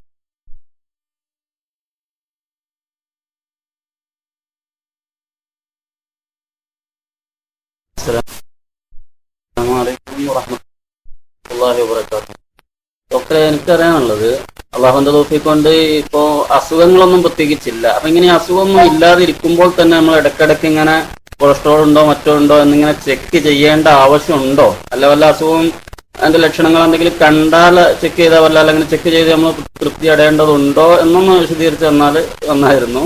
ഓക്കെ, അള്ളാഹു ബർക്കത്ത് ചെയ്യട്ടെ. അസ്സലാമു അലൈക്കും വറഹ്മത്തുള്ളാഹി. വലൈക്കും അസ്സലാം വറഹ്മത്തുള്ളാഹി വബറകാത്തു. ബാങ്ക് കൊടുത്തു കഴിഞ്ഞാൽ ഉടനെ നിർത്തും. പിന്നെ റെഗുലർ ഹെൽത്ത് ചെക്കപ്പ് എന്ന് പറയുന്ന ഒരു സിസ്റ്റം അത് നടത്തേണ്ടതാണ്. അതായത് ഞാൻ ഇപ്പോൾ പറഞ്ഞു, കൊളസ്ട്രോളിനെ സംബന്ധിച്ചിടത്തോളം 20 വയസ്സിന് മുകളിലുള്ള എല്ലാവരും 5 വർഷത്തിലൊരിക്കലെങ്കിലും കൊളസ്ട്രോൾ ചെക്ക് ചെയ്യേണ്ടതാണ്. മറ്റു കാര്യങ്ങൾ അതിൽ കുറച്ച് ചെയ്യേണ്ടതുണ്ട്, അതിൽ കൂടുതൽ ചെയ്യണം. അപ്പം അതിനനുസരിച്ച് അത് നമ്മൾ പുറത്തൊക്കെയുള്ള പല US UK ഉള്ള പോലെ ഇവിടെയും പലയിടത്തും വന്നിട്ടുണ്ട്. നമ്മുടെ നാട്ടിലും ഇപ്പോൾ ഹെൽത്ത് ചെക്കപ്പ് എന്ന് പറഞ്ഞിട്ട് റെഗുലറായിട്ടൊന്നുമല്ല ചെയ്യുന്നതെന്നുണ്ടെങ്കിൽ പോലും അത് നല്ല സിസ്റ്റമാണ്. പ്രത്യേകിച്ച് ഞാൻ പറഞ്ഞു, കൊളസ്ട്രോളിനൊന്നും നമുക്ക് ഇന്ന ഒരു ലക്ഷണം കൊണ്ട് നിങ്ങൾക്ക് കൊളസ്ട്രോൾ ഉണ്ട് എന്ന് പറയാൻ പറ്റാത്ത ഒരുപാട് അവസ്ഥകൾ. അതുകൊണ്ടാണ് നമ്മൾ പലരും എന്താവുന്നത്, ഒരു അസുഖം വരുമ്പോഴേ, ഹാർട്ട് അറ്റാക്ക് വരുമ്പോഴേ, 45 വയസ്സായിട്ട് ഹാർട്ട് അറ്റാക്ക് വരുമ്പോഴേ നമുക്ക് ഇന്ന പ്രശ്നങ്ങളൊക്കെ ഉണ്ടായിരുന്നു എന്ന് അറിയുന്നുള്ളൂ. മുമ്പ് നിനക്ക് അറിയാണ്ട് 2 അറ്റാക്ക് വന്നു പോയിട്ടുണ്ട് എന്ന് നമുക്ക് പേഷ്യന്റിനോട് പലപ്പോഴും പറഞ്ഞു കൊടുക്കേണ്ട ഒരവസ്ഥ. അതൊക്കെ വരുന്നത് ഈ ഒരു സംഭവം കൊണ്ടാണ്. നേരെ മറിച്ച് റെഗുലറായിട്ട് ഒരു ആള്, എല്ലാ വർഷം എന്നല്ല ഞാൻ പറയുന്നതിന്റെ അർത്ഥം, റെഗുലറായിട്ട് ഒരു ECG അല്ലെങ്കിൽ അതിന് വേണ്ട ബേസിക് ടെസ്റ്റുകൾ, ബ്ലഡ് കൗണ്ട്, നമ്മുടെ liver function test, kidney function test, ഇതേപോലെ കൊളസ്ട്രോള്, ഷുഗർ, ഈ സംഭവങ്ങളൊക്കെ ചെക്ക് ചെയ്ത് കഴിഞ്ഞാൽ നമുക്ക് വരുന്ന അസുഖങ്ങളെ ആദ്യമേ നമുക്ക് ഡയഗ്നോസ് ചെയ്യാനും അതിൽ വേണ്ട മാറ്റങ്ങളോ അല്ലെങ്കിൽ നമുക്ക് വേണ്ട ട്രീറ്റ്മെന്റോ എടുക്കാനും നമുക്ക് കഴിയും എന്ന് ഓർമ്മപ്പെടുത്തുന്നു. അസ്സലാമു അലൈക്കും വറഹ്മത്തുള്ളാഹി വബറകാതുഹു.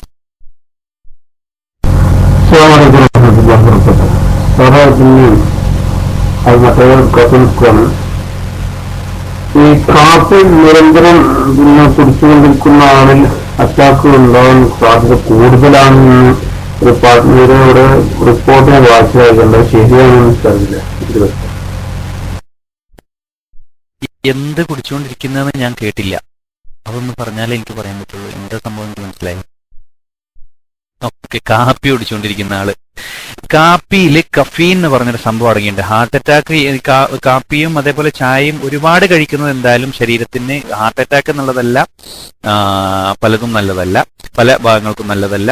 അത്യാവശ്യത്തിന് നമ്മുടെ ശരീരത്തിന്റെ ഒരു ഉന്മേഷത്തിന് വേണ്ടി ഉപയോഗിക്കാം എന്നുള്ളത് ശരി തന്നെയാണ്. അത് കൂടുതൽ കഴിക്കുന്ന എന്തായാലും നല്ലതല്ല. കഫീൻ എന്ന് പറഞ്ഞ സാധനമൊക്കെ ഉള്ളത് കൊണ്ട് എന്താണ്, അതേപോലെ നമ്മളിപ്പോൾ വരുന്ന കാപ്പികളിലും ചായകളിലും പലതും തന്നെ പ്യുവർ കാപ്പിയും ചായയും അല്ല, പല കെമിക്കൽസും അടങ്ങിയിട്ടൊക്കെ ഉള്ളത് കൊണ്ട് തന്നെ അത് ഒരു അളവിൽ കുടിക്കാം എന്നുള്ളത് മാത്രമേ പറയുന്നുള്ളൂ. അസ്സലാമു അലൈക്കും.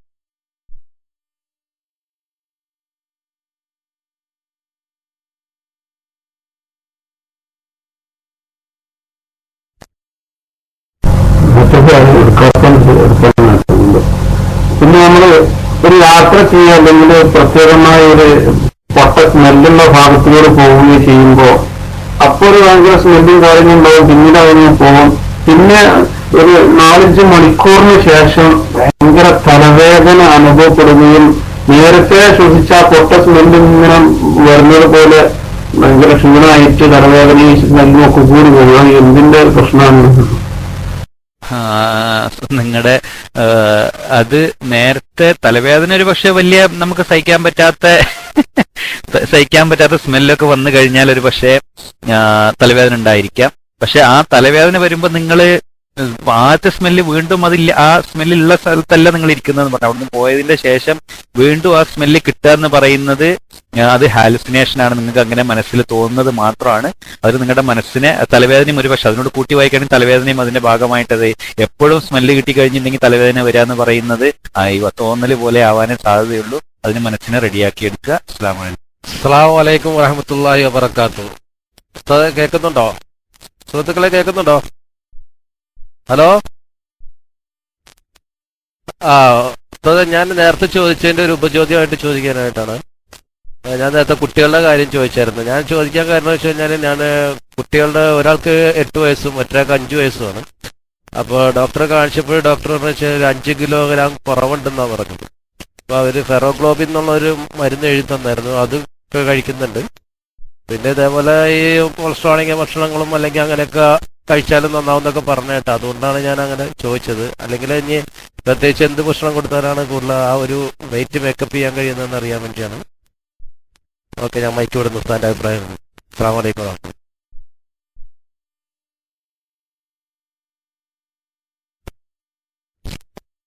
വലൈക്കും അസ്സലാം വറഹ്മത്തുള്ളാഹി.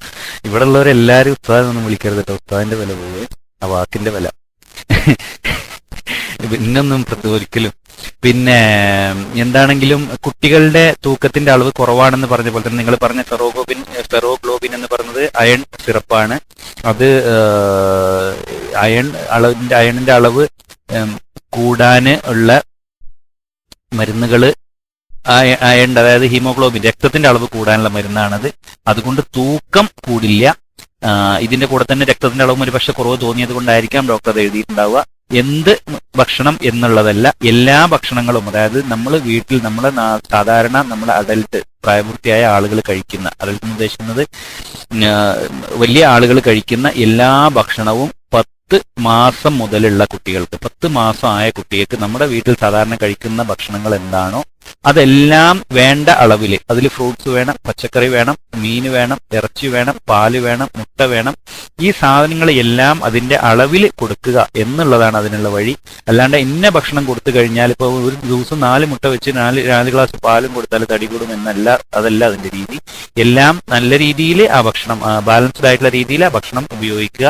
ഞാൻ പറഞ്ഞു 10 മാസം മുതലുള്ള എല്ലാ കുട്ടികൾക്കും അത് കൊടുക്കാവുന്നതാണ്. അത് ശ്രദ്ധിക്കുക. അസ്സലാമു അലൈക്കും വറഹ്മത്തുള്ളാഹി. സാറേ, നേരത്തെ ചോദിച്ചാൽ പിന്നെ ഒരു ചോദ്യത്തിൽ ഒരു ഇതുണ്ടായിരുന്നു. എനിക്ക് ഞാൻ പറഞ്ഞല്ലോ ഈ പൈൽസിന്റെ പ്രശ്നം, അത് കൂടുതൽ തന്നെ ഈ രാത്രി ഉറങ്ങി കഴിഞ്ഞിട്ട് സുഖിക്കാൻ വേണ്ടി വാഷ് ബേസിൽ തുപ്പിക്കഴിഞ്ഞാൽ രക്തം വരുന്നുണ്ട്. അത് എന്താണെന്നുള്ള അറിയില്ല. അങ്ങനെ അതൊന്നും ശരിവെച്ചാൽ നന്നായിരുന്നു. വലൈക്കും അസ്സലാം വറഹ്മത്തുള്ളാഹി വബറകാതുഹു. രാവിലെ തുപ്പുക എന്ന് പറഞ്ഞു കഴിഞ്ഞിട്ടുണ്ടെങ്കിൽ അത് പല്ല് തേച്ചതിന്റെ ശേഷാന്നുണ്ടെങ്കിൽ ബ്രഷ് കൊള്ളുന്നതായിരിക്കും. ഞാനത് കളിയാക്കി പറയുന്നതല്ല കേട്ടോ, അത് ഉള്ള സംഭവമാണ്. അത് ആളുകൾ ശ്രദ്ധിക്കൂല, അത് ബ്രഷ് ചെയ്തിട്ടാണ് എന്നുള്ളത്.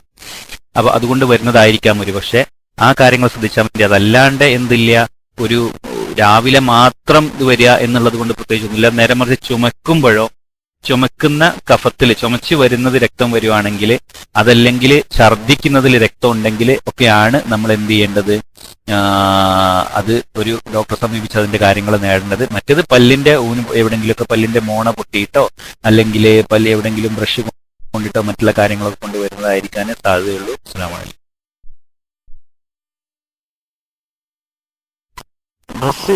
സാറേ, ബ്രഷ് തേക്കുന്നതിന് മുമ്പാണ് വരുന്നത്. നമ്മൾ ഉറങ്ങി നീറ്റ് ഫസ്റ്റ് വാഷ് ബേസിൽ കുത്തുമ്പോൾ ഉണ്ടാകുന്ന ഒരു ഇതാണ്. അതുകൊണ്ടാണ് ചോദിക്കുന്നത്.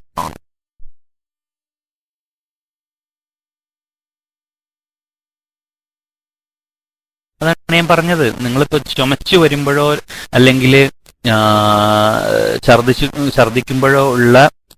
വരുമ്പോഴോ ഉള്ള രക്തം അല്ലാണ്ട് നമ്മൾ പേടിക്കേണ്ട കാര്യമില്ല. അത് വായിൽ മുറിവോ മോണ പൊട്ടിയിട്ട് വരുന്നതായിരിക്കാം ഒരു പക്ഷെ. അത് എവിടെ നിന്നാണത് വരുന്നത് എന്നുള്ളത് നോക്കണം. അതിന് ശേഷം മാത്രമേ എന്താണ് അതിനെക്കുറിച്ച് പറയാൻ പറ്റുള്ളൂ. അസ്സലാമു അലൈക്കും വറഹ്മത്തുള്ളാഹി വബറകാതുഹു. ഡോക്ടറെ, ഈ അരിയാഹാരത്തിൽ കൊളസ്ട്രോൾ ഉണ്ട്, ഈ അരിപ്പൊടി വെച്ച് അപ്പോൾ അങ്ങനെ അരിപ്പത്തിരിയൊക്കെ ഉണ്ടാക്കി അങ്ങനെയൊക്കെ അതില്ലാത്ത കൊളസ്ട്രോൾ ഉണ്ടോ? അതിന് കഴിക്കുന്നുണ്ട് ബുദ്ധിമുട്ടുകളുണ്ടോ എന്നറിയാൻ പ്രസ്താവന.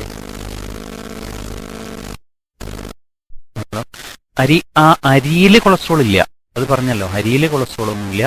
നേരെ മറിച്ച് അത് ഉണ്ടാക്കുന്നതിൽ എണ്ണയിൽ വെച്ചാണ്. ഇപ്പം അരി എങ്ങനെയുണ്ട്, അരി ചോറ് വെച്ച് കഴിച്ചെന്ന് വെച്ചാൽ കൊളസ്ട്രോൾ ഒന്നും ഉണ്ടാവില്ല. അരിയും എന്ത് ചെയ്യണം, കൊളസ്ട്രോൾ കുറയാൻ വേണ്ടിയിട്ട് പോളിഷ്ഡ് റൈസ് അല്ലാത്തതും നേരത്തെ പറഞ്ഞു ധാന്യങ്ങളൊക്കെ അതിന്റെ തോടോട് കൂടിയ, ഇപ്പൊ നെല്ല് പുഴുങ്ങി കഴിക്കാനല്ല ഞാൻ പറയുന്നത്, പക്ഷെ പോളിഷ്ഡ് റൈസ് അല്ലാത്ത അരി കഴിക്കുന്നതാണ് ഇതിനൊക്കെ നല്ലത്. അതിൽ നാരും കൂടെ അടങ്ങിയിട്ടുള്ള എന്നുള്ള ഒരു ഗുണം കൂടെ അതിന് കിട്ടും. അസ്സലാമു അലൈക്കും. കേൾക്കാലോ സർ? ഞാൻ ഇന്ന് ഷുഗർ ചെക്ക് ചെയ്തിരുന്നു. അപ്പോൾ ഷുഗർ വളരെ കൂടുതലായിട്ട് കാണുന്നുണ്ട്. ഫാസ്റ്റിങ്ങിലല്ല ചെക്ക് ചെയ്ത്, ഭക്ഷണം കഴിച്ചതിന് ശേഷമാണ്. എന്നാൽ 293 കാണിക്കുന്നത്. മുമ്പൊന്നും ഉണ്ടായിട്ടില്ല. ആദ്യമായിട്ട് കുറച്ച് മുമ്പ് ചെക്ക് ചെയ്തപ്പോൾ കുഴപ്പമൊന്നും കണ്ടിരുന്നില്ല.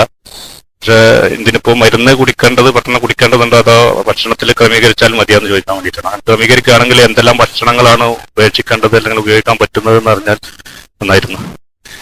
അസ്സലാമു അലൈക്കും. ഷുഗർ എത്ര? 295 എത്ര പറഞ്ഞത്? ഞാൻ കേട്ടില്ല സർ. 293. അതിന് മരുന്ന് കഴിക്കണം. ഷുഗർ 293 പറഞ്ഞ് ഞാൻ കഴിഞ്ഞ ക്ലാസ്സിൽ വളരെ വ്യക്തമായിട്ട് പറഞ്ഞിരുന്നു. ഭക്ഷണം കഴിച്ചതിന് ശേഷം 200ന്റെ മുകളിലും ഭക്ഷണം കഴിക്കുന്നതിന്റെ മുമ്പ് 110ന്റെ മുകളിലും ഉണ്ടെങ്കിൽ 100ന്റെ മുകളിലും 110ന്റെ മുകളിലും ഉണ്ടെന്നുണ്ടെങ്കിൽ ഭക്ഷണം കഴിക്കണം. അതിന്റെ കറക്റ്റ് അളവുകൾ കഴിഞ്ഞ ക്ലാസ്സിൽ പറഞ്ഞിരുന്നു.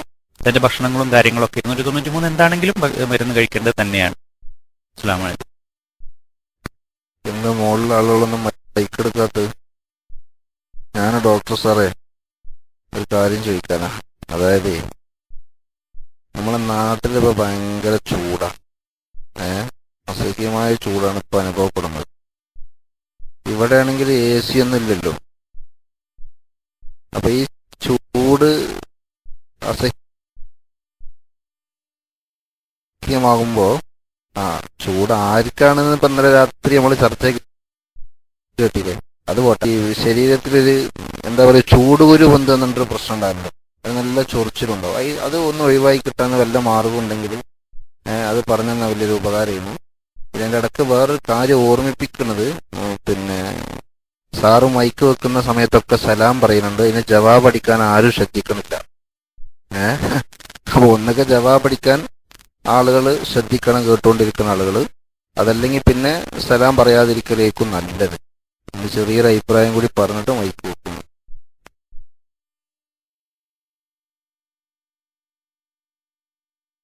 വലൈക്കും അസ്സലാം വറഹ്മത്തുള്ളാഹി വബറകാതുഹു. ചൂടുകുരുവിന്റെ കാര്യം അത് നമ്മുടെ ഉസ്താദിന് പേസികളുടെ പള്ളിയാണ്. അതൊക്കെ വെറുതെ പറയാട്ടോ. പിന്നെ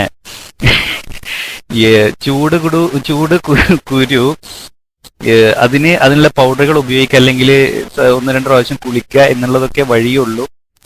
അല്ലാണ്ട് അത് വരാതിരിക്കാൻ എന്ന് വെച്ചിട്ട് മരുന്ന് കഴിക്കേണ്ടതോ അല്ലെങ്കിൽ മറ്റുള്ളതിൻ്റെയോ കാര്യങ്ങളൊന്നും ഇല്ല. അതിന് നമ്മളെ പൗഡറുകൾ കിട്ടും. അത് ഉപയോഗിക്കുന്നതുകൊണ്ട് പ്രത്യേകിച്ച് കുഴപ്പമൊന്നുമില്ല. പക്ഷെ അതും എന്താവരുത്, കുട്ടികൾക്കൊക്കെ ഇട്ട് കൊടുത്ത് ശരീരത്തിന്റെ മടക്കുകളിലൊക്കെ ഇരുന്ന് അത് ഇൻഫെക്ഷൻ ഒന്നും ആവാനുള്ള സാധ്യതകൾ ഉണ്ടാവരുത്. ഇട്ട് കൊടുത്തതിന് ശേഷം ശരിക്കും കുളിപ്പിച്ചിട്ട് രാത്രി കിടക്കുന്നതിന് നമുക്ക് ശരി കുളിപ്പിച്ചതിന് ശേഷം മാത്രമേ കുട്ടികളെ കിടത്താവൂ. വലിയവരാണെങ്കിലും ആ കാര്യങ്ങൾ ശ്രദ്ധിക്കുക. അതവിടെ ഇരുന്നും ശരീരത്തിൽ ആന്റി ഫംഗൽ ആവണമെന്നൊന്നുമില്ല. അത് ഫംഗസ് ഇൻഫെക്ഷൻ ഒന്നുമല്ല. ഇപ്പൊ ചൂടുകുരു എന്ന് പറയുന്നത് നമ്മുടെ ശരീരത്തിന് ചൂടുന്നുണ്ടാവുന്ന സാധനം. അതൊരു ഇൻഫെക്ഷനും അല്ല, അത് ഇൻഫെക്ഷൻ ആവുന്നുമില്ല. അതിനെ നമ്മൾ കമ്പനിയുടെ പേര് പറയണ്ടെന്ന് എഴുതിയിട്ട് നെയ്സില് ഷവർ എന്നൊക്കെ പറഞ്ഞ പോലത്തെ തോട അടിച്ച്, അപ്പൊ അങ്ങനത്തെ വല്ല സാധനങ്ങളും വാങ്ങിച്ച് ഉപയോഗിച്ചാൽ മാത്രം മതിയാവും അതിന്.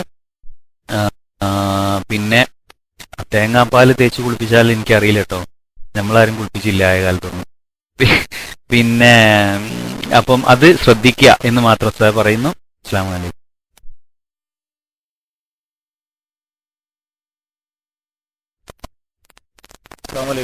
സ്കിന്നിന്റെ കാര്യം ചോദിച്ചപ്പോഴാണ് ഈ ഡ്രൈ സ്കിൻ എന്ന് പറഞ്ഞ ഒരു പ്രോബ്ലം ഉണ്ടല്ലോ, അത് ഈ പാരമ്പര്യമായിട്ട് കിട്ടുന്നതാണ്. അതിന് എന്താണ് ഏറ്റവും നല്ല മാർഗം? ഇവിടെ കിട്ടുന്ന ഈ ക്രീമുകളൊക്കെ തേച്ച് കഴിഞ്ഞാൽ അത് ദോഷമാണോ ഗുണമാണോ ചെയ്യുക എന്നുള്ള അറിയാൻ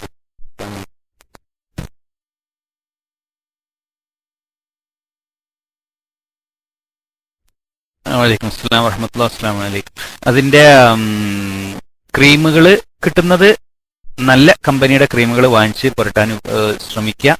ഏത് ക്രീം ഉപയോഗിക്കുമ്പോൾ ശരീരത്തിന്റെ ചെറിയൊരു ഭാഗത്ത് പുരട്ടിയിട്ട് അത് റിയാക്ഷൻ ഒന്നുമില്ല എന്ന് ഉറപ്പുവരുത്തിയതിന്റെ ശേഷം മാത്രം, അത് പൗഡർ ആണെങ്കിലും ശരീരത്തിൽ ഉപയോഗിക്കുന്ന എന്ത് സാധനങ്ങളാണെങ്കിലും ശരീരത്തിന്റെ ആദ്യം ഒരു ഭാഗത്ത് കുറച്ച് പുരട്ടി നമുക്ക് റിയാക്ഷൻ ഒന്നുമില്ല എന്ന് ഉറപ്പുവരുത്തിയതിന് ശേഷം മാത്രം ക്രീം ആണെങ്കിലും പൗഡർ ആണെങ്കിലും ഉപയോഗിക്കാൻ ശ്രമിക്കുക.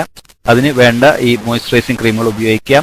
അത് വല്ല കെമിക്കൽ, അത് നമ്മുടെ ശരീരത്തിലെ വല്ല മെഡിക്കൽ പ്രശ്നങ്ങളോ ആണ് എന്നുണ്ടെങ്കിൽ ഒരു സ്കിന്നിന്റെ ഡെർമറ്റോളജിസ്റ്റിനെ കാണിച്ചിട്ട് അതിന് വേണമെങ്കിൽ മാത്രം ട്രീറ്റ്മെന്റ് എടുക്കുക. എപ്പോഴും അത് സ്കിന്നിന്റെ പ്രശ്നം മാത്രമാണ്, വൈറ്റമിൻ ഡെഫിഷ്യൻസി മറ്റ് പല കാര്യങ്ങൾ കൊണ്ടും വരും. അപ്പം അത് അങ്ങനെ ഉണ്ടെങ്കിൽ മാത്രമേ അതിന് ട്രീറ്റ്മെന്റ് എടുക്കേണ്ടതുള്ളൂ. അതല്ല സാധാരണഗതിയിൽ ഇപ്പോൾ ഈ വലിയ ഒരു സിവിയർ ഒന്നും അല്ലാന്നുണ്ടെങ്കിൽ സാധാരണ മോയ്സ്ചറൈസിങ് ക്രീം തന്നെ കൊടുക്കാറുള്ളൂ. അത് ഈ പറഞ്ഞ പോലെ നല്ല കമ്പനിയുടെ, അത് ഞാൻ കമ്പനിയെ സപ്പോർട്ട് ചെയ്യാൻ വേണ്ടിയിട്ടല്ല, പക്ഷെ വില കുറഞ്ഞ സാധനങ്ങൾ ഒരിക്കലും സ്കിന്നിലും മറ്റും ഉപയോഗിക്കരുത്.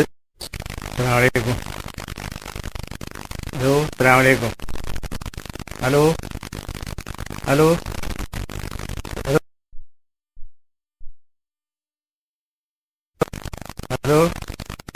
ഹലോ കേൾക്കുന്നുണ്ടോ സാറേ? എനിക്ക് ഷുഗർ ഫാസ്റ്റിങ്ങിൽ ചെക്ക് ചെയ്തപ്പോൾ 94 കൊളസ്ട്രോൾ 212 ഉണ്ട്, HDL 38, LDL 159. ഇപ്പം മരുന്നൊന്നും കൊളസ്ട്രോളിന് കഴിക്കണില്ല. കഴിക്കേണ്ട ആവശ്യം വല്ലതും ഉണ്ടെങ്കിൽ പറഞ്ഞാൽ വളരെ ഉപകാരമായിരുന്നു. അസ്സലാമു അലൈക്കും. നിങ്ങൾ പറഞ്ഞ നിങ്ങൾ ഷുഗറിന്റെ അളവ് നോർമലാണ്, കൊളസ്ട്രോൾ വളരെ കുറഞ്ഞ രീതി ബോർഡർ ലൈൻ മാത്രം നിൽക്കുന്നതാണ്. 212 അതേപോലെ 155 എന്ന് പറഞ്ഞത് എന്താണെങ്കിലും ബോർഡർ ലൈൻ നിൽക്കുന്നതാണ്. അത് ഭക്ഷണത്തിൽ ക്രമീകരിക്കേണ്ട ആവശ്യം മാത്രമേ ഉള്ളൂ. അതിന് ഇപ്പം എന്ത് ചെയ്യേണ്ട, മരുന്നൊന്നും കഴിക്കേണ്ട, നേരത്തെ മറിച്ച് ഭക്ഷണത്തിൽ ക്രമീകരിച്ച് 4 മാസത്തിന് ശേഷം വീണ്ടും നോക്കുക. പിന്നെ മുടി കൊഴിച്ചിലും കൊളസ്ട്രോൾ കൊണ്ട് മുടി കൊഴിയെന്ന് പറയാൻ പറ്റില്ല. ഞാൻ ഒരുപാട് പ്രാവശ്യം പറഞ്ഞു ഇന്ന സംഭവം. ഞാൻ പറഞ്ഞ ബ്ലോക്കുകളും കിഞ്ചിലെ കല്ലും എന്നതൊക്കെ നമ്മൾ പിച്ചിലെ കല്ല് എന്നതൊക്കെ ഒഴിച്ചു കഴിഞ്ഞാൽ ഇത് കൊളസ്ട്രോൾ കൊണ്ടാണ് എന്ന് മാത്രം പറയാൻ കഴിയില്ല. പിന്നെ എത്ര പറയുന്നുള്ളൂ. ഇപ്പം ഏകദേശം സമയമായി ബാങ്ക് കൊടുക്കാൻ 2 മിനിറ്റും കൂടെ ഉള്ളൂ. ഞാൻ നിർത്തുന്നു. ഇനിയിപ്പോൾ വലിയ ചോദ്യങ്ങളൊന്നും ഇല്ലാന്ന് തോന്നുന്നു. നിർത്തുന്നു. ഇൻഷാ അല്ലാഹ് അടുത്ത ക്ലാസ്സിലേക്ക് വേണ്ട വിഷയങ്ങൾ എന്തെങ്കിലുമൊക്കെ ആരെങ്കിലും പറഞ്ഞാൽ അതിനനുസരിച്ച് പ്രിപ്പയർ ചെയ്യാം. അതല്ലെങ്കിൽ ഞാൻ എന്തെങ്കിലും പറഞ്ഞിട്ട് വരും. നിങ്ങൾ പറഞ്ഞു കഴിഞ്ഞാൽ നിങ്ങളുടെ ആവശ്യങ്ങളനുസരിച്ച് നോക്കിക്കഴിഞ്ഞാൽ അതായിരിക്കും നല്ലത് എന്ന് ഓർമ്മപ്പെടുത്തുന്നു. ഞാൻ നിർത്തുന്നു. നമ്മൾ കേട്ടതും പറഞ്ഞതും കേട്ടതും എല്ലാം അല്ലാഹു സുബ്ഹാനഹു വ തആല സ്വീകരിക്കുമാറാകട്ടെ. എല്ലാം ഇനിയും നല്ല രീതിയിൽ തുടർന്നു കൊണ്ടുപോകാനുള്ള തൗഫീഖ് അല്ലാഹു സുബ്ഹാനഹു വ തആല നൽകട്ടെ. എല്ലാവരും ദുആ ചെയ്യണം എന്ന വസിയത്തോടെ അസ്സലാമു അലൈക്കും വറഹ്മത്തുള്ളാഹി വബറകാതുഹു.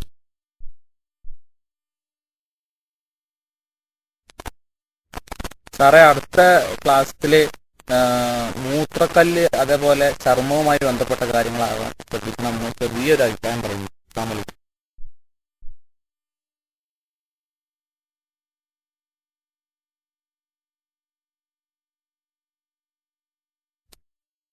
വലൈക്കും സലാം വറഹ്മത്തുള്ളാഹി. ഒരുപാട് ചാൻസ്, ഒരുപാട് സുഹൃത്തുക്കൾ നഷ്ടപ്പെടുത്തുകയാണ്. കുറെ ഐഡിയ ഉള്ള സമയത്തെ കുറെ റൈസാൻഡിൽ നിൽക്കുക, അങ്ങനെ ഒരുപാട് ആളുകൾ ചോദ്യങ്ങൾ ചോദിക്കണില്ല, പിന്നെ കുറെ സമയം നഷ്ടപ്പെടുകയാണ്. അതുകൊണ്ട് എല്ലാവരും ഒന്ന് ശ്രദ്ധിച്ചാൽ നന്നായിരിക്കും എന്ന് പ്രവർത്തകരൊക്കെ അറിയിക്കുകയാണ്. ഇത് ഫിഖ്ഹിന്റെ ക്ലാസ് അല്ലെങ്കിലും ഒരുപാട്, പ്രത്യേകിച്ച് പ്രവാസികളാണ്, ഒരുപാട് രോഗങ്ങളെ കൊണ്ട് അലട്ടുന്ന ഒരുപാട് ആളുകൾ, പ്രവർത്തകര്. നമ്മുടെ ഡോക്ടർ കീശ്ശേരി സാഹിബ് പറയുന്നത് പോലെ PhD നേടിയിട്ടാണ് ഒരുപാട് ആളുകൾ നാട്ടിലേക്ക് എത്തുന്നത്. സാമ്പത്തികപരമായിട്ട് വലിയ നേട്ടം ആർക്കും ഉണ്ടാവൂല, സമ്പാദ്യമായിട്ട് ചില ആളുകൾക്കൊക്കെ. പക്ഷെ അവരൊക്കെ PhD നേടിയിട്ടാണ് നാട്ടിലേക്ക് എത്തുന്നത്. അപ്പൊ അങ്ങനത്തെ ഒരു അവസ്ഥ ഉള്ളതുകൊണ്ട് തന്നെയാണ് ബഹുമാനപ്പെട്ട ജലീൽ സാഹിബ് ഡോക്ടർ സാറുടെ ക്ലാസ്സിന് ഇത്രമാത്രം ആളുകൾ വരുന്നതൊക്കെ.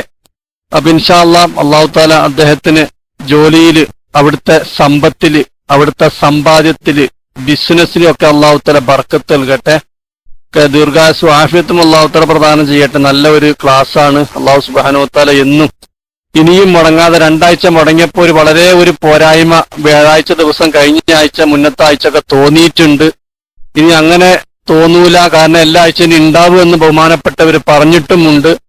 അപ്പൊ ഇൻഷാ അല്ലാഹ് വിഷയങ്ങൾ എന്താണെങ്കിൽ അത് ഡോക്ടർക്ക് തന്നെ സെലക്ട് ചെയ്യാവുന്നതാണ്. അല്ലെങ്കിൽ ഇപ്പൊ നേരത്തെ സുഹൃത്ത് പറഞ്ഞതുപോലെ ആ വിഷയം ആണെങ്കിലും സബ്ജക്ട് ഏതാണെങ്കിലും അത് ഡോക്ടർക്കാണ് പിന്നെ നോക്കി വെക്കാനൊക്കെ. അതിനും കിതാബ് ഉണ്ടാവുമല്ലോ. ഒരു വിഷയം ചോദിച്ചു നോക്കുമ്പോ, കഴിഞ്ഞ ക്ലാസ്സിൽ ഞാൻ ചോദിച്ചു നോക്കുമ്പോ ഞാൻ നോക്കി വെച്ചിട്ടില്ല എന്ന് പറഞ്ഞു.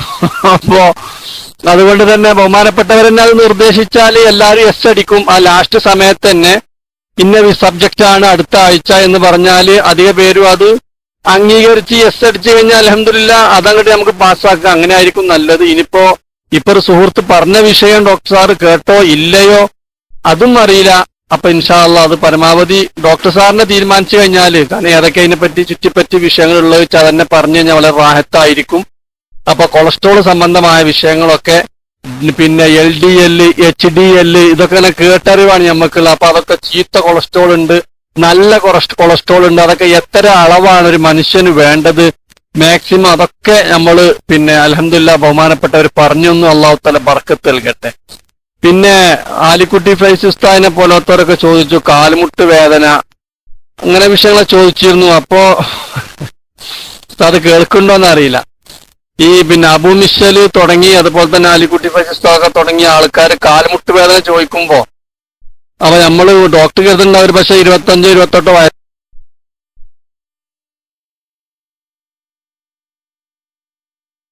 ആയിട്ടുള്ളൂ എന്ന് കരുതി പഞ്ചുക്കാതും പിണ്ണത്തൈലം പാടെ മിക്സ് ആക്കിയിട്ട് തേച്ചു കൊടുത്താൽ മതി. അപ്പൊ കുറെയൊക്കെ വേദന മാറും. അല്ലെങ്കിൽ പിന്നെ ഡോക്ടർ പറഞ്ഞതുപോലെ ആ ചികിത്സ നടത്താവുന്നതാണ്.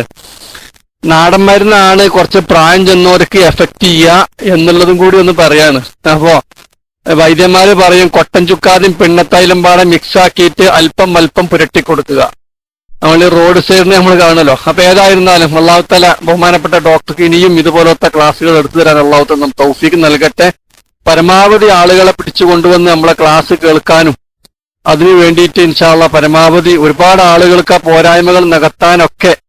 പിന്നെ മരുന്ന് മാത്രം കഴിച്ചാൽ പോരാ, പ്രധാനപ്പെട്ട് വേണ്ടത് ഡോക്ടർ കഴിഞ്ഞ ആഴ്ചയിലൊക്കെ പറഞ്ഞ വിഷയം നമ്മൾ മറന്നു പോവരുത്, ഒരിക്കലും മറന്നു പോവരുത്. നടക്കാൻ വേണ്ടി പറഞ്ഞു കഴിഞ്ഞാല് നിർബന്ധമായിട്ട് ആ നടത്തം വേണം. ഒരു 40-35 മിനിറ്റ് ഡെയിലി ഒരാൾ നടന്നിരിക്കണം. അതാണ് ഡോക്ടർമാർ പറഞ്ഞത്. പക്ഷെ അത് നമ്മൾ കേൾക്കുന്നില്ല. ചില ആളുകൾ ഭക്ഷണത്തിൽ ക്രമീകരണം ശ്രദ്ധിക്കുന്നില്ല. എത്ര ചെയ്ത് പറഞ്ഞു കഴിഞ്ഞാലും പിന്നെ എന്നാ മരുന്ന് കറക്റ്റ് കഴിക്കുന്നുണ്ട്. ഒരു ദിവസം ഡോക്ടർ പറഞ്ഞ മരുന്നിന് ഒഴിവില്ല. അതുപോലെ തന്നെ ചെക്കപ്പ് ചെയ്യാൻ വേണ്ടി സൗദിയിലാണെങ്കിൽ എവിടെയാണെങ്കിൽ നമ്മൾ എത്തേണ്ടോടത്ത് എത്തുന്നുണ്ട്. തിരുവനന്തപുരത്താണെങ്കിൽ അല്ലെങ്കിൽ മറ്റു ഭാഗത്ത് നമ്മൾ എത്തുന്നുണ്ട്. പക്ഷെ ഈ വക വിഷയങ്ങൾ നമ്മൾ ശ്രദ്ധിക്കുന്നില്ല. അപ്പൊ അതുകൊണ്ട് തന്നെ ഈ വക ക്ലാസ്സിലൊക്കെ പ്രധാനപ്പെട്ട് പറയുന്നത്, നമ്മൾ ഒരു ഡോക്ടറെ സമീപിച്ചു കഴിഞ്ഞാൽ, ഇപ്പൊ നമ്മുടെ ഒരാള് ഡോക്ടർ ചോദിച്ചു നടക്കണുണ്ടോ ചോദിച്ചു ഒരാളോട് ദുബായിന്ന്. അപ്പൊ ഉണ്ട് പറഞ്ഞു. അപ്പൊ മൂപ്പരെന്തോ ചെറിയൊരു ജോലി ഉണ്ട്, ആ ജോലി അരമണിക്കൂർ ഉണ്ട് ഒരു ദിവസം.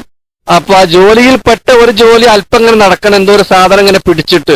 അപ്പൊ അതുകൊണ്ടാണ് ഡോക്ടറോട് പറഞ്ഞ അരമണിക്കൂർ നടക്കുന്നുണ്ട് എന്ന്. അപ്പൊ ഇദ്ദേഹത്തെ കണ്ടപ്പോ പറഞ്ഞു നിങ്ങൾ 1 മണിക്കൂർ എത്ര നടക്കണമെന്ന് വെച്ചൊരു ദിവസം. അപ്പൊ ഒരു അരമണിക്കൂർ നടക്കുന്നു. അപ്പൊ ഡോക്ടർ നിങ്ങൾ 1 മണിക്കൂർ നടക്കണം എന്ന് പറഞ്ഞു. അപ്പൊ യഥാർത്ഥത്തിൽ അരമണിക്കൂർ അദ്ദേഹം നടക്കുന്നില്ല. പക്ഷെ വേറെന്തോ ഒരു ചെറിയ ജോലി ഉണ്ട്, അങ്ങോട്ടോ ഇങ്ങോട്ടോ ചെറുതായിട്ട് എന്തോ ഒരു പരിപാടി ഉണ്ട്. അപ്പൊ അത് കാരണത്താൽ അല്പം നടക്കൽ വരുന്നു. അതുകൊണ്ട് ഡോക്ടറോട് പറഞ്ഞു ദിവസം നടക്കുന്നുണ്ട് എന്നുള്ളത്. അപ്പൊ നടത്തമായിട്ട് തന്നെ ഒരു അരമണിക്കൂർ അല്ലെങ്കിൽ 40 മിനിറ്റോളം ഏകദേശം വേണം. ആ രൂപത്തിൽ നമ്മുടെ അസുഖങ്ങളൊക്കെ പരമാവധി കൊളസ്ട്രോളിന്റെ വിഷയങ്ങളൊക്കെ വലിയ ഒരു പിന്നെ ഡേഞ്ചറാണ്. 200ന്റെ മുകളിലൊക്കെ പോകുക എന്ന് പറയുമ്പോൾ ഇപ്പൊ ഒരാൾ എനിക്ക് PM ചെയ്തു എനിക്ക് 300 ഉണ്ട്, പ്രശ്നങ്ങളൊന്നും ഇല്ല എന്നുള്ളത് നമ്മളെ പരിചയക്കാരൻ തന്നെയാണ്, സൗദിയനാണ്. ഏതായിരുന്നാലും അപ്പൊ അതൊക്കെ നമ്മൾ നോക്കി ഇൻഷാ അല്ലാഹ് പോരായ്മകൾ ഡോക്ടർ സാറ് പറഞ്ഞ രൂപത്തിലുള്ള ചികിത്സകള് ട്രീറ്റ്മെന്റ് ഇതൊക്കെ മുന്നോട്ട് കൊണ്ടുപോകാൻ അള്ളാഹു നമുക്ക് തൗഫീക്ക് നൽകട്ടെ. മൈക്ക് വിടുന്നു. അസ്സലാമു അലൈക്കും വറഹ്മത്തുള്ളാഹി. നമ്മുടെ കീശേരി സാഹിബ് മൈക്ക് ചോദിച്ചിട്ട്